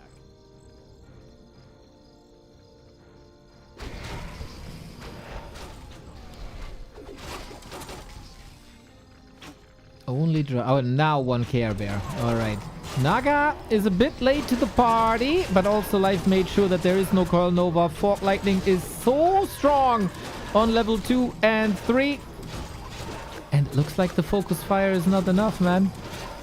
It looks like it's not enough. That fight in the middle was crazy by life. And we don't have the regular undead nuke. We don't have that Coil Nova because the Demon Hunter is taking it all away. I'm just... Okay, we get a Naga third here, but that doesn't matter, does it? It really doesn't matter. Invo potion on the Lich last second, but we're just tearing these fiends apart. And what deals with the Dryads if no fiends? Double kill on Naga and Lich, and the Demon Hunter kills everything. Life 4-0.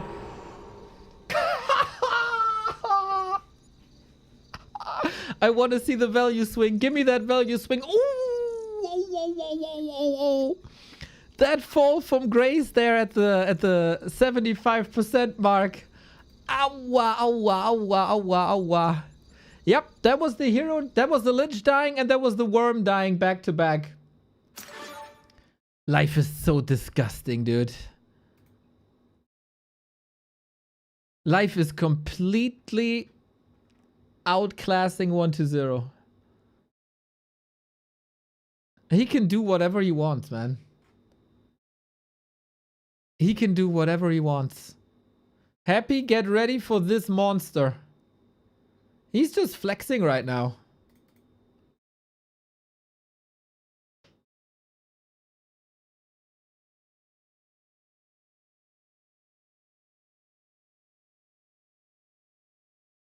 Nice pre-show for Taunt. I know, Kevin.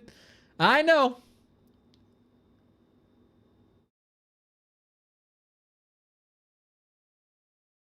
What on earth happened with life? He's a gamer. And allegedly very, very ill as well.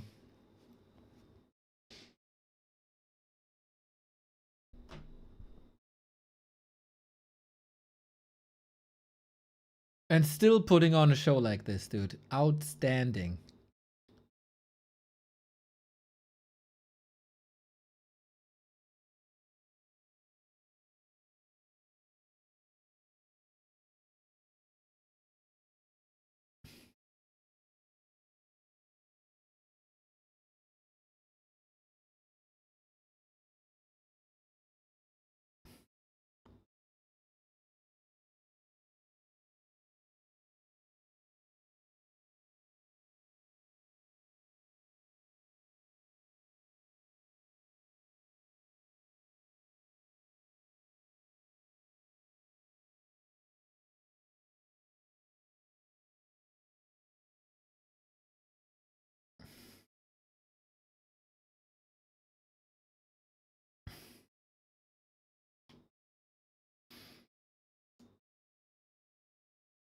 Okay, we go for map 5. It's Twisted Meadows, similar to yesterday. Everybody says go. I need a second.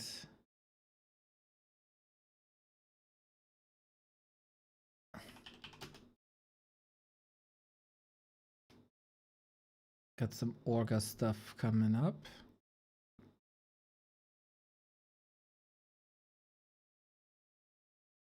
Huh?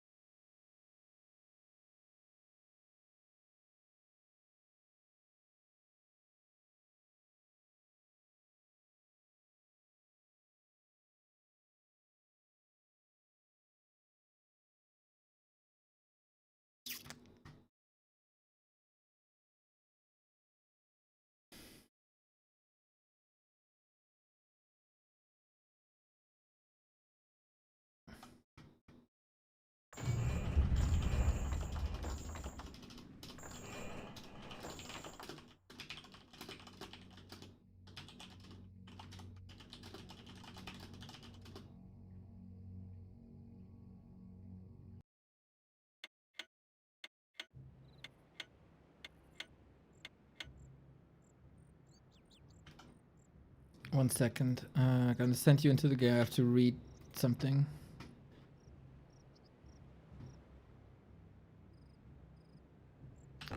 Last map between life and 1-0. Afterwards, grand final versus Happy.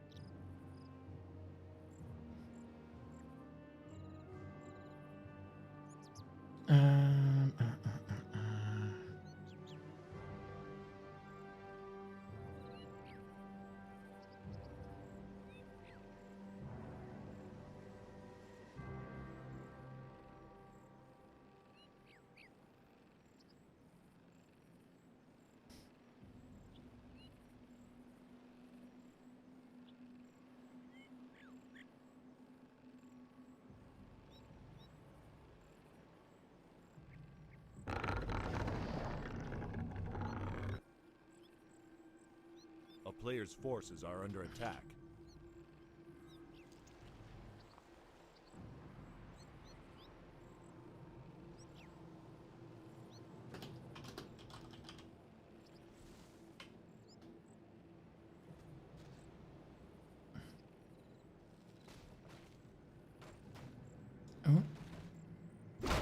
I'll be right there, guys. Sorry, a bit distracted.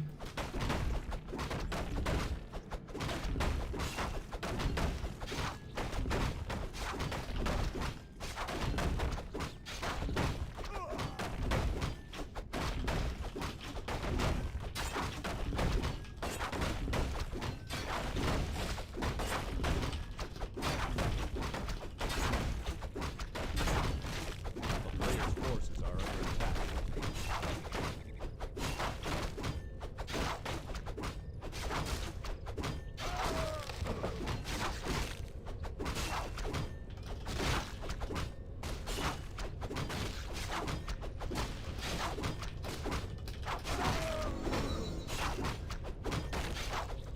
Alright, sorry about that.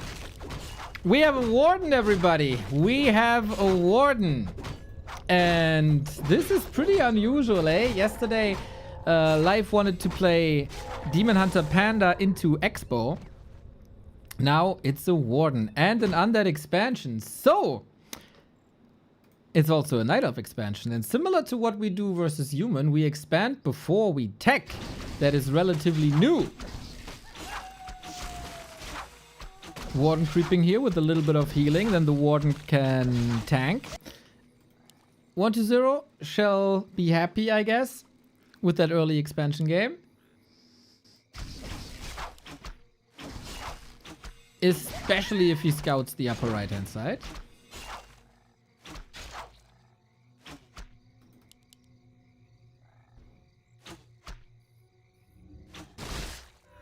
Oh, nice reveal ready. Okay, yeah, I think against Live you have to do that. A player's forces are under attack.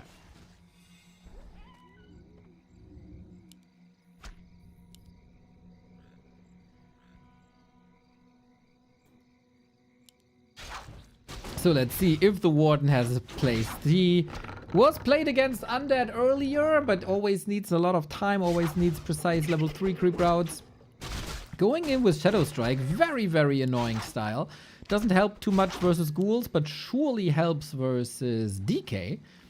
I know, on like 2000 MMR on ladder, this is terrifying. And below, I guess.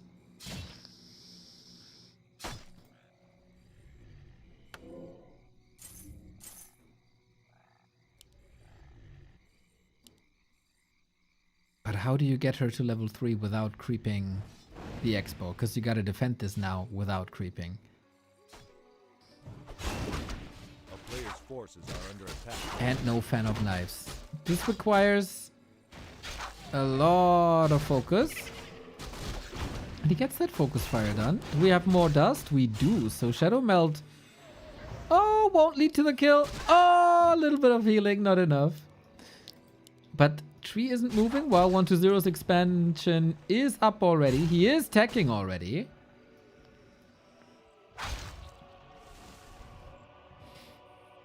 What's the most annoying thing for all races? Coil Nova, Mana Burn, Blade Master, tanks.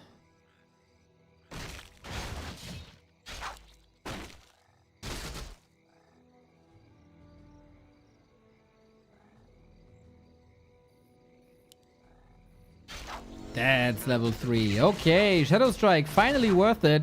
Level 1 spells. Not that great. Oh, reveal, blink. That's a lot of mana gone.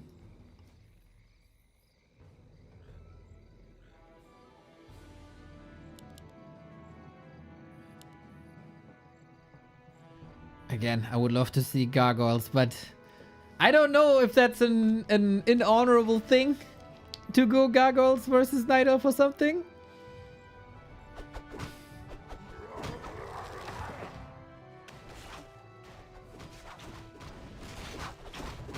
But yeah, 1-0 seems pretty good here. I really hope that Life is just treating these games like whatever.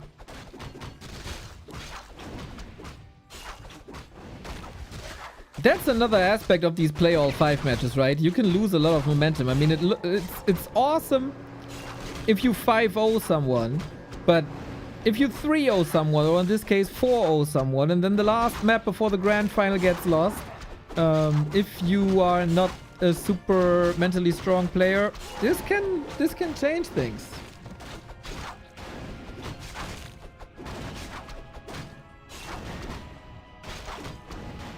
Players' forces are under attack.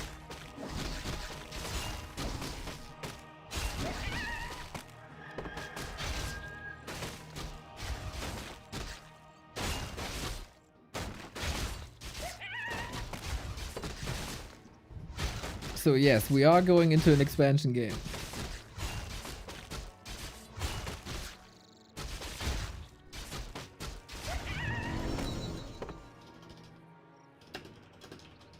A player's forces are under attack.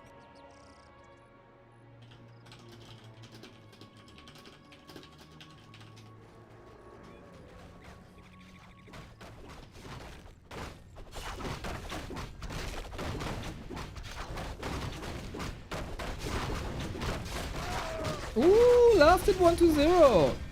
Stays at 3.8.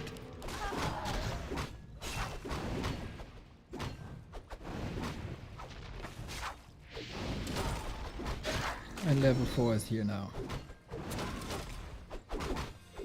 Okay, Life got the expo up. Life is going for tier 3. Wonder if he goes for a panda still. Or if it's just solo warden.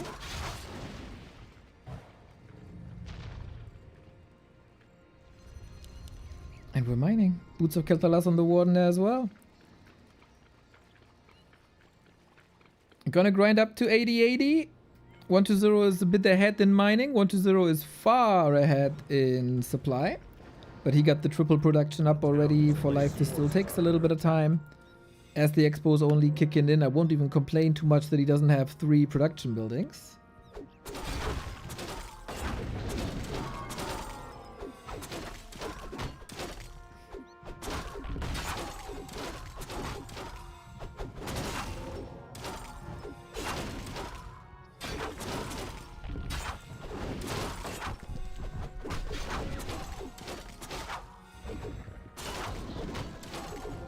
Players' forces are under attack.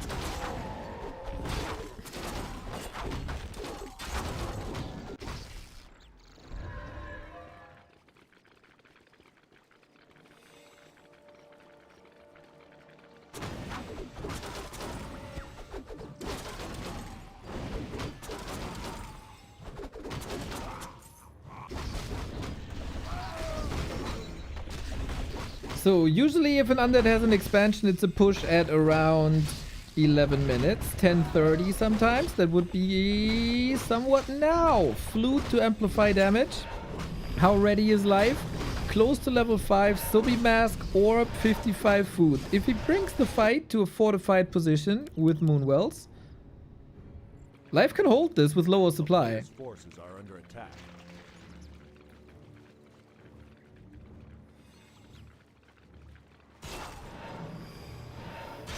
Alchemist against Fan of Knives as we have the retrain.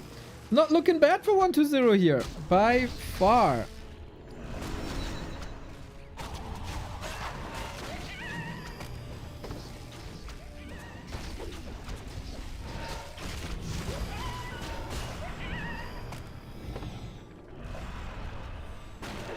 player's forces are under attack. Level 5 ready!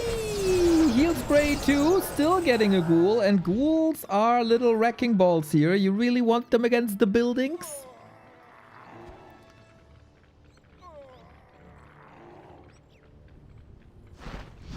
And away we go. Is the army in position? Absolutely. Heal spray, or the presence of the alchemist, will take away from... oh my god, that Fan of Knives! Holy! Currently, 1-0's Fiend's only alive because of that heal spray. Okay, it's fun. It's fun. We got a mana potion here as well. No heal scroll for 1-0. It is, again, a whooping 15 food lead, but Life and his heroes are looking extremely good, especially if you can keep the warden alive and if you can keep the bears close to the Fiends as well. Fiend micro, not too terrible. But there's so many Dryads, man. 20 food, everything is hurt for 1-0. The supply might be there in favor of him, but in the fight, actually, I think it's mostly Warden. 5.7, almost gaining an entire level here. If we get a couple of destroyers, they are very high level units. It's another Fiend. Do we have mana? We have the mana potion. There's so many corpses. This is 10 food. Not usable, really. But we get abominations. That's a nice switch. The statue is gold here now. 1 kill for the ult. And no invul no more. Life makes this really close.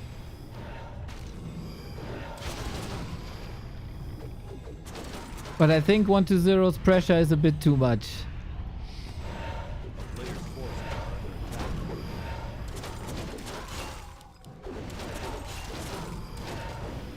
This here, the last fight before the grand final, and then Life only has to do it 3 more times. Only 3 maps versus Happy. That's all it takes. Still no level 6. There is level 6! Avatar of Vengeance. How strong are you? Are you 25 food strong? Right click is solid, I guess, if the heroes are hacking away at the Avatar. Whee! There's still more mana for the Fan of Knives and more and more and more spirits. Reju on the Avatar as well. Destroyers no mana. Spirits invulnerable. And always reveal. Always reveal. Life's Dryad control seems very good. And we hold this. Dude, once the Avatar was up, things went ballistic. There's still so much uptime. There's still so many spirits. There's still new corpses. What a hold. What a hold. Against the 25 food lead.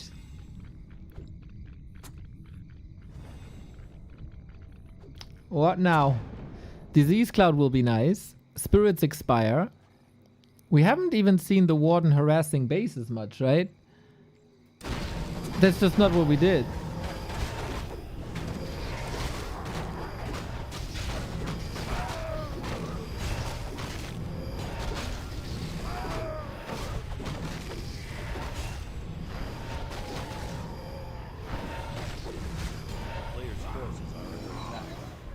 Level 3 Alchemist is a blessing now.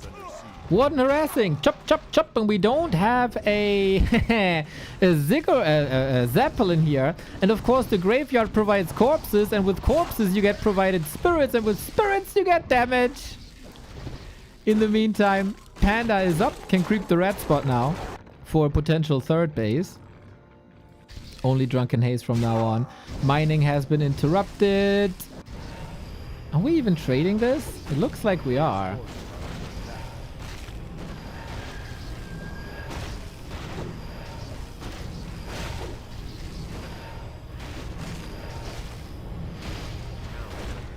Just stalling a little bit of time as the Warden is now here.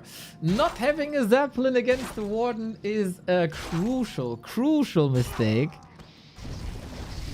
And Avatar is interrupting mining here, and we just expand on the left-hand side while we creep. Oh, ow, ow, ow, ow, oops. Whoopsie, forgot about 2 units. Okay, but the Panda gets level 3. Will we be able to bring everything back here? God damn it. Avatar of Vengeance, man.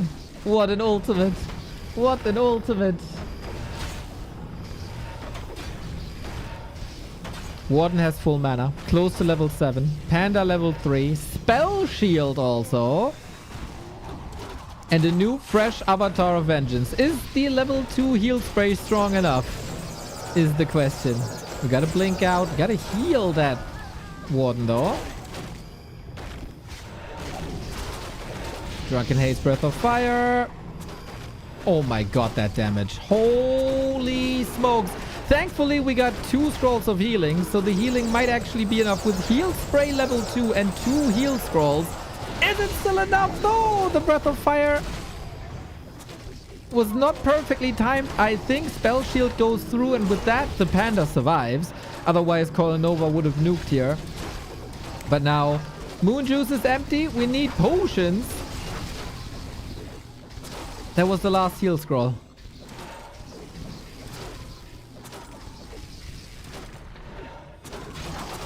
Life still fighting as if his existence depends on it, man.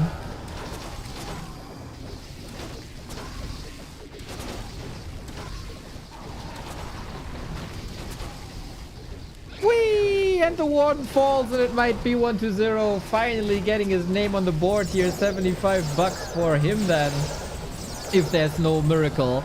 With that third base at the bottom, maybe there's a chance.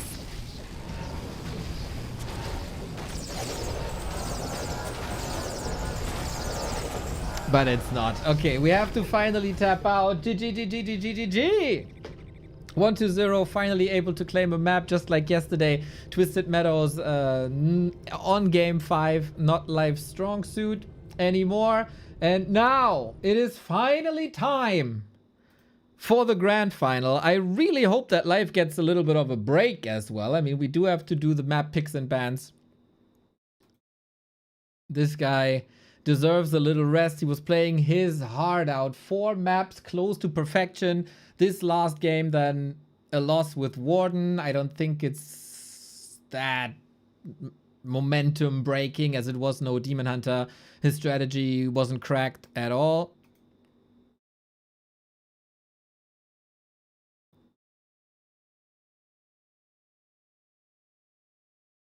And we're getting ready for the grand final.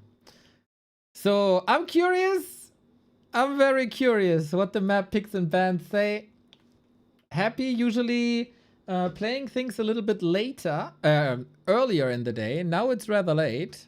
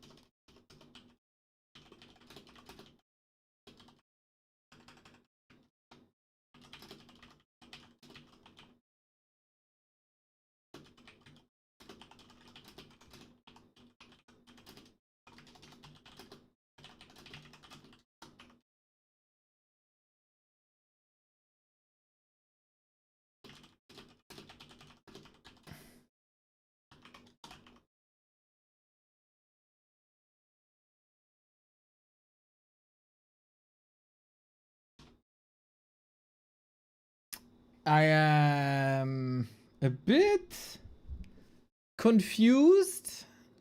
There's no new lobby up, but I guess they have to do the map picks and bans before. But yeah, it is the expected grand final. It is a dream. Wait, why? Huh? It is a dream grand final. It is the grand final that we've seen 3 times before, and the winner was always the same. The winner was always happy. But Life is in crazy shape, and he won the group stage match. So maybe something's possible today. If he still has the stamina, if he still has the endurance.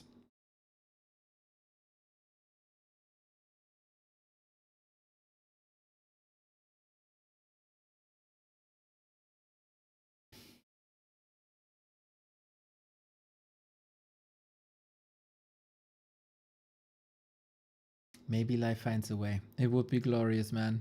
His rise in the past 12 months, the grind finally pays off from being a very talented player to becoming the most gifted mechanical player to being the hardest working player on the map for the Night Elves, and now also strategically gifted. It is truly unique in how many aspects one can get better as a player.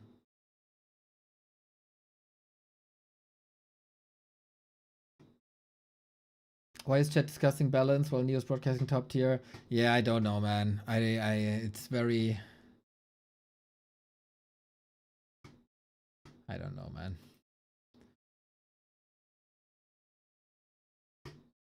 But hey, we're gonna have that possibly for the next 4 weeks. Yay, so exciting.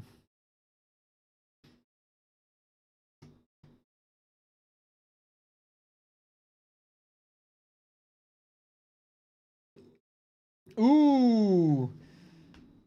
The two contestants have different opinions on the upcoming match schedule. Discussions are currently on the way. That to me sounds like Life wants to postpone and Happy does not.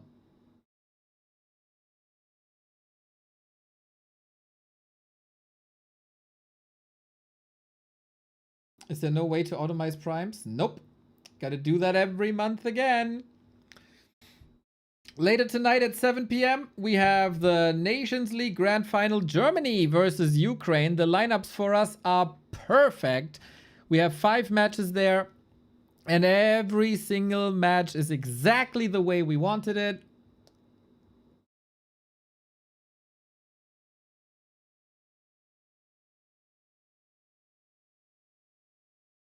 So maybe it's gonna be a quick final. We'll see about that.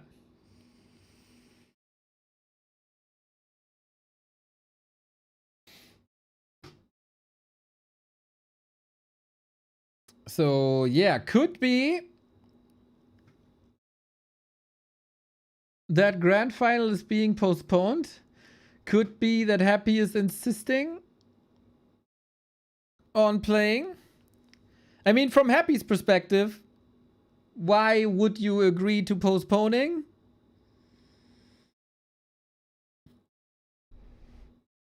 How did you fix the match like this? I didn't fix it, man. We did the scouting.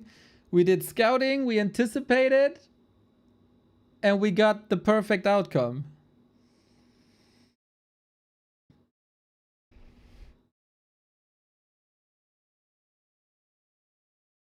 I'm super happy with that. All the shout out goes to Nase. Nase scouted this perfectly.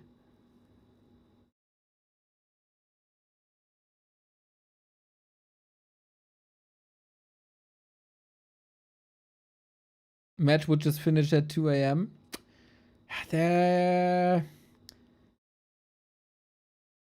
Yeah, I think this is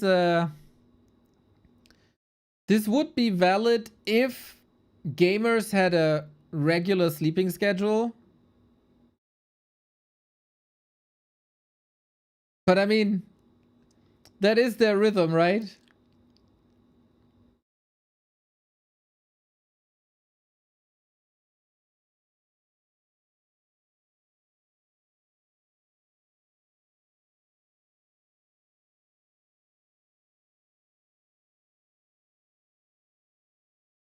We're not talking about normal game, but they're playing these show matches every day this late. For the Koreans, it's always later.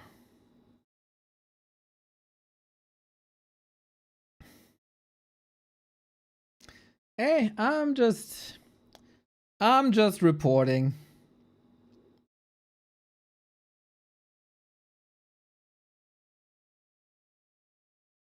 Imagine getting paid as a pro player. Oh my god, dude. Life is sick. Life is on IVs for like a week. And he has to play stupid play all 5 games. I can understand this. Don't be an asshole. Dude, where is the empathy, man? Where is sympathy? Just dead. Life was in the hospital today, apparently.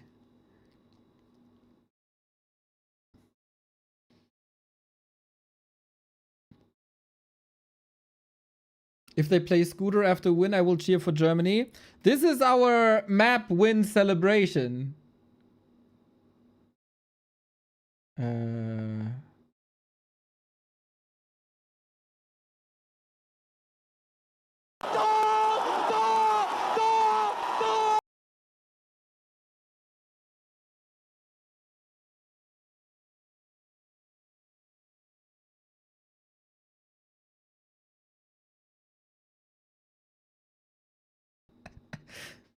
Isn't that perfect? Isn't that absolutely perfect? I had so much fun putting that piece together. And we're gonna hear that today 6 times. And then we're the champions of the world.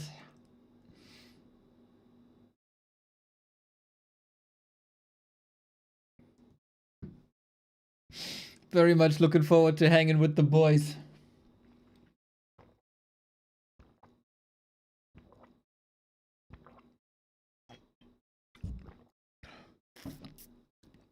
So we're waiting for the admins to tell us an update if we are playing this grand final today or not. I don't know, man. I don't know. Sitting, waiting, wishing here. Perfect time for you to use your Prime subs, by the way. Perfect time for you to use your Prime subs. And if you maybe gave your Prime sub to someone else already, you can help the channel by download Viking Rise on your phone or your PC or both. We got a co-op with them for a week. Played this game on Thursday, which was Friday actually, which was quite a lot of fun, I have to say. Every download person has a chance to win a €50 Amazon voucher, as well as getting a limited skin and a little starter pack. So your start to Viking Rise is smooth and fast as possible. We got a couple of people grinding here. We got a clan up as well. Thank you for everybody who supports us. Every download matters. Every download helps the campaign, and also financially, I have to say. We also have a clan in the game, B2W on server 714. Join us, join us, join us. I wouldn't blame Happy sacrificing many potential ladder games for these finals. Dude, Soul Apeman stole his #1 rank in BNet, right? So Hunt is on, possibly. Hunt is on.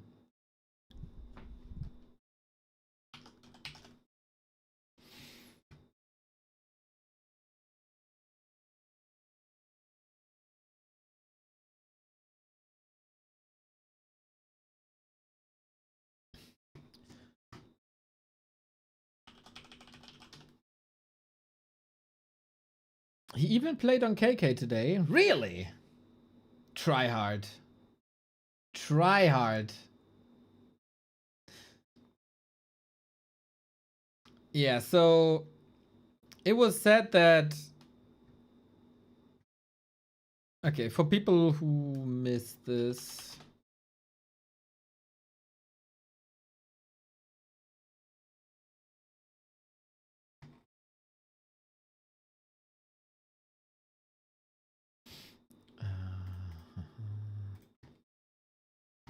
So this was reported earlier today. Life versus Happy. Life entered the match sick and crushed the best player in the world. He insisted on participating despite his illness and IV drips. Main event of yesterday was undoubtedly the Clash of Titans.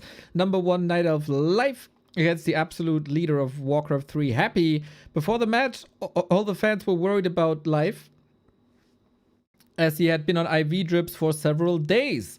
The illness hadn't yet subsided, but he still bravely entered the arena.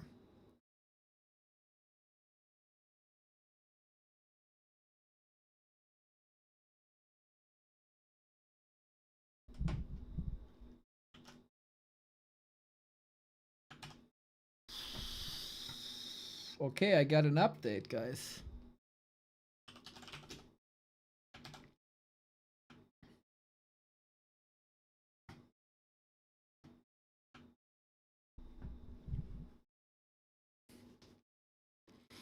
Life was unable to continue the final due to illness, and Happy did not agree to postponement. Life therefore choose to forfeit.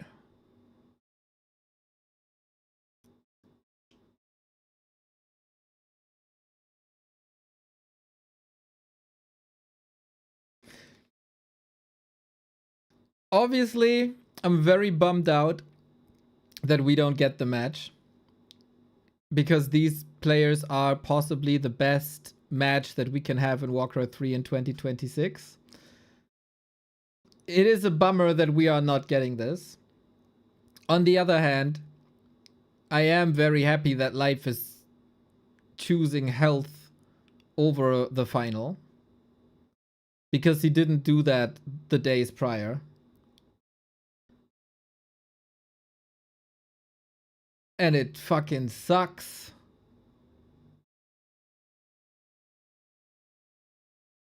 That this is happening right now, because Life seems to be in the shape of his life. But if he was suffering for 7 days, yeah.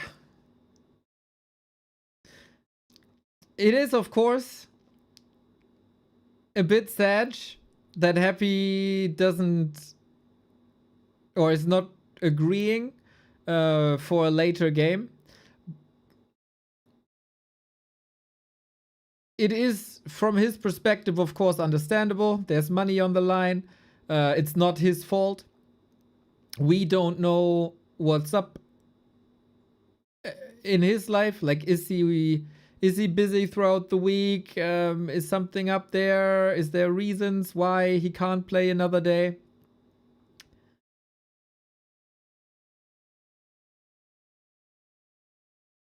So I won't blame him for that without knowing any insights.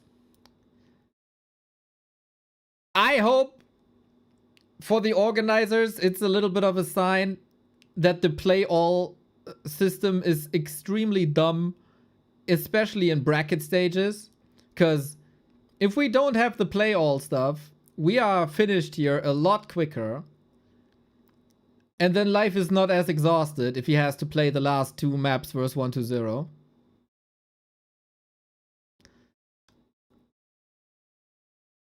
And it seems like you get the receipt for demanding a lot of games from the players.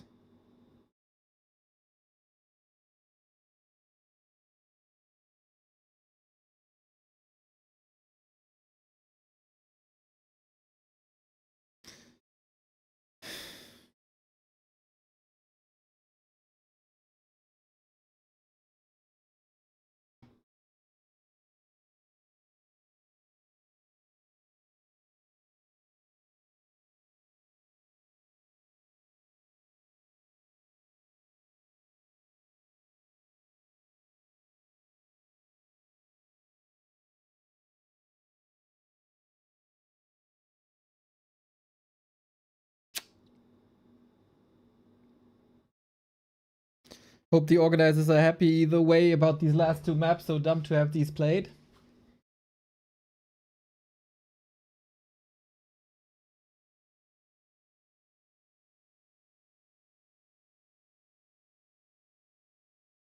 Buskill ending, yes, indeed.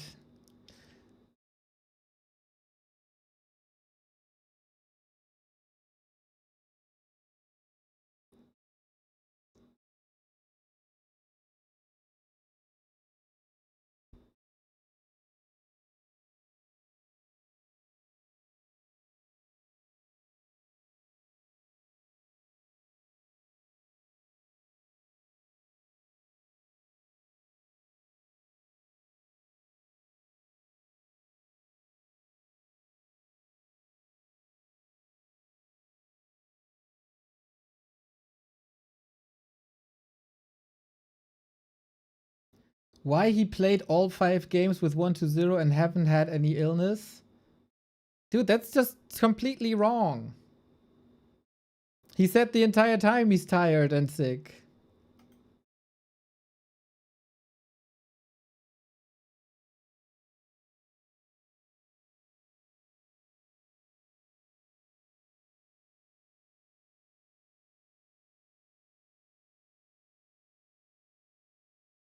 Bro, why is this bringing out so many bad people? It's really sad.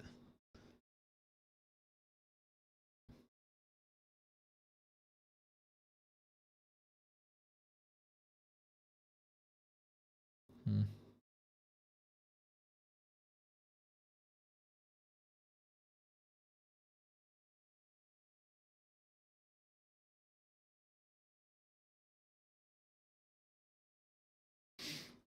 Someone is asking if 1-0 can take over. So I'm waiting if there's an answer to that. Maybe we get a nice mirror match or something.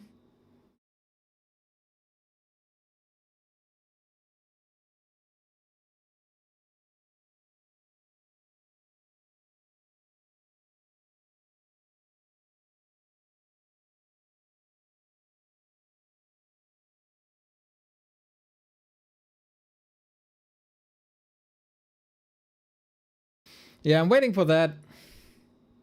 If there's an answer to that or not.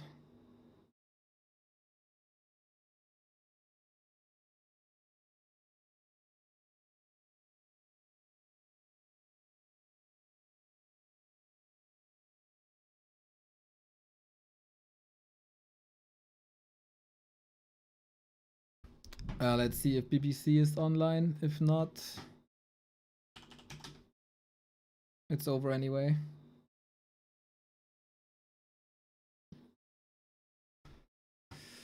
Okay.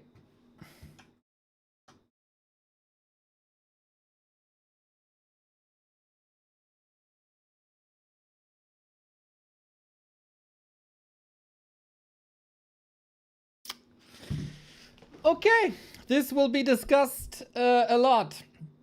All right, to sum this up, Life went into the tournament sick, reportedly, and mentioned yesterday multiple times that he's increasingly tired. And if we can end the matches when they are over. And the same happened today. And after the game against 1-0, he asked if things can be postponed. Happy said no. And then Life forfeit. After not taking his health seriously enough yesterday, I'm kind of happy that he is listening now and is not forcing himself to play like 2 hours more. Happy, of course, has all the rights to not postpone this.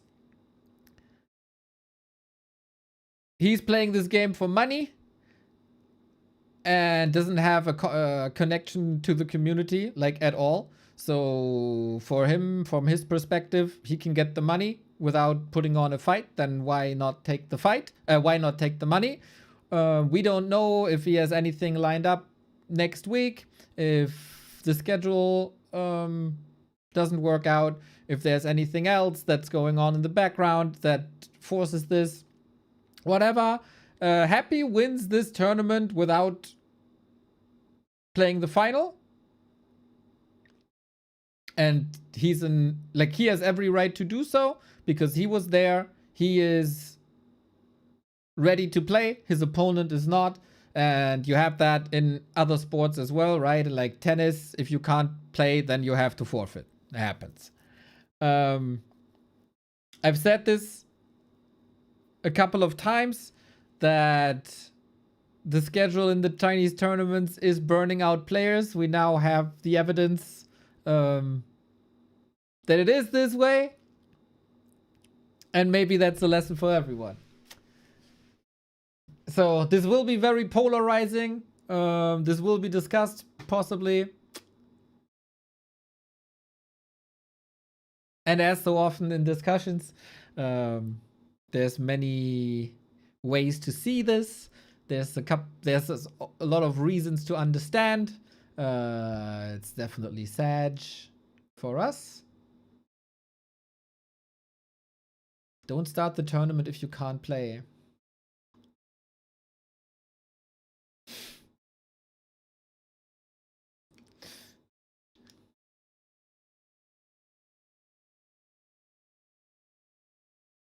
Like, have you been sick ever?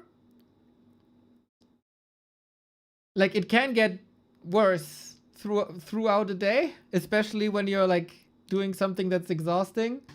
I don't know. I'm very like, of course, not the resident people that are always here. You guys are fine always, but some of you guys are just simply disgusting. These are people playing the game, man, and they bring us joy pretty much every day with their matches, and you shit on them as if they are robots and they owe you something. I don't know. I don't really like that. I'm very much looking forward to Sonic's Nations Tournament that is up in 1 hour, 15 minutes. We're going to be the world champion of the world in Europe by defeating Ukraine. We're going to have a banger lineup. Very much hyped for that. We got the dream lineup that we wanted in pretty much every single series. It's going to be eer0 versus Fodder, Kevin versus Kaz, Tedster versus Aspect, Leon versus Soima, and Leon Kevin versus Sonic and Kaz. Whoever. It's best of 15. So, wait, best of 15?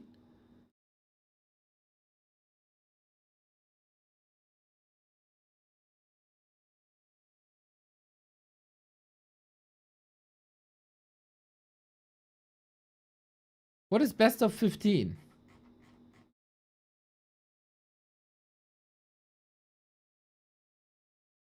Ah, we'll see about that. So we need 8. And then it's play or... Ah, we'll see about that. I'm going to be online with the team. We're going to cast in German, as we did the entire tournament. So, yeah. Bummer, of course. Thank you for the support. Thank you for tuning in. I'm going to rate you over to someone, take a little bit of a break, get some air. And see you guys later.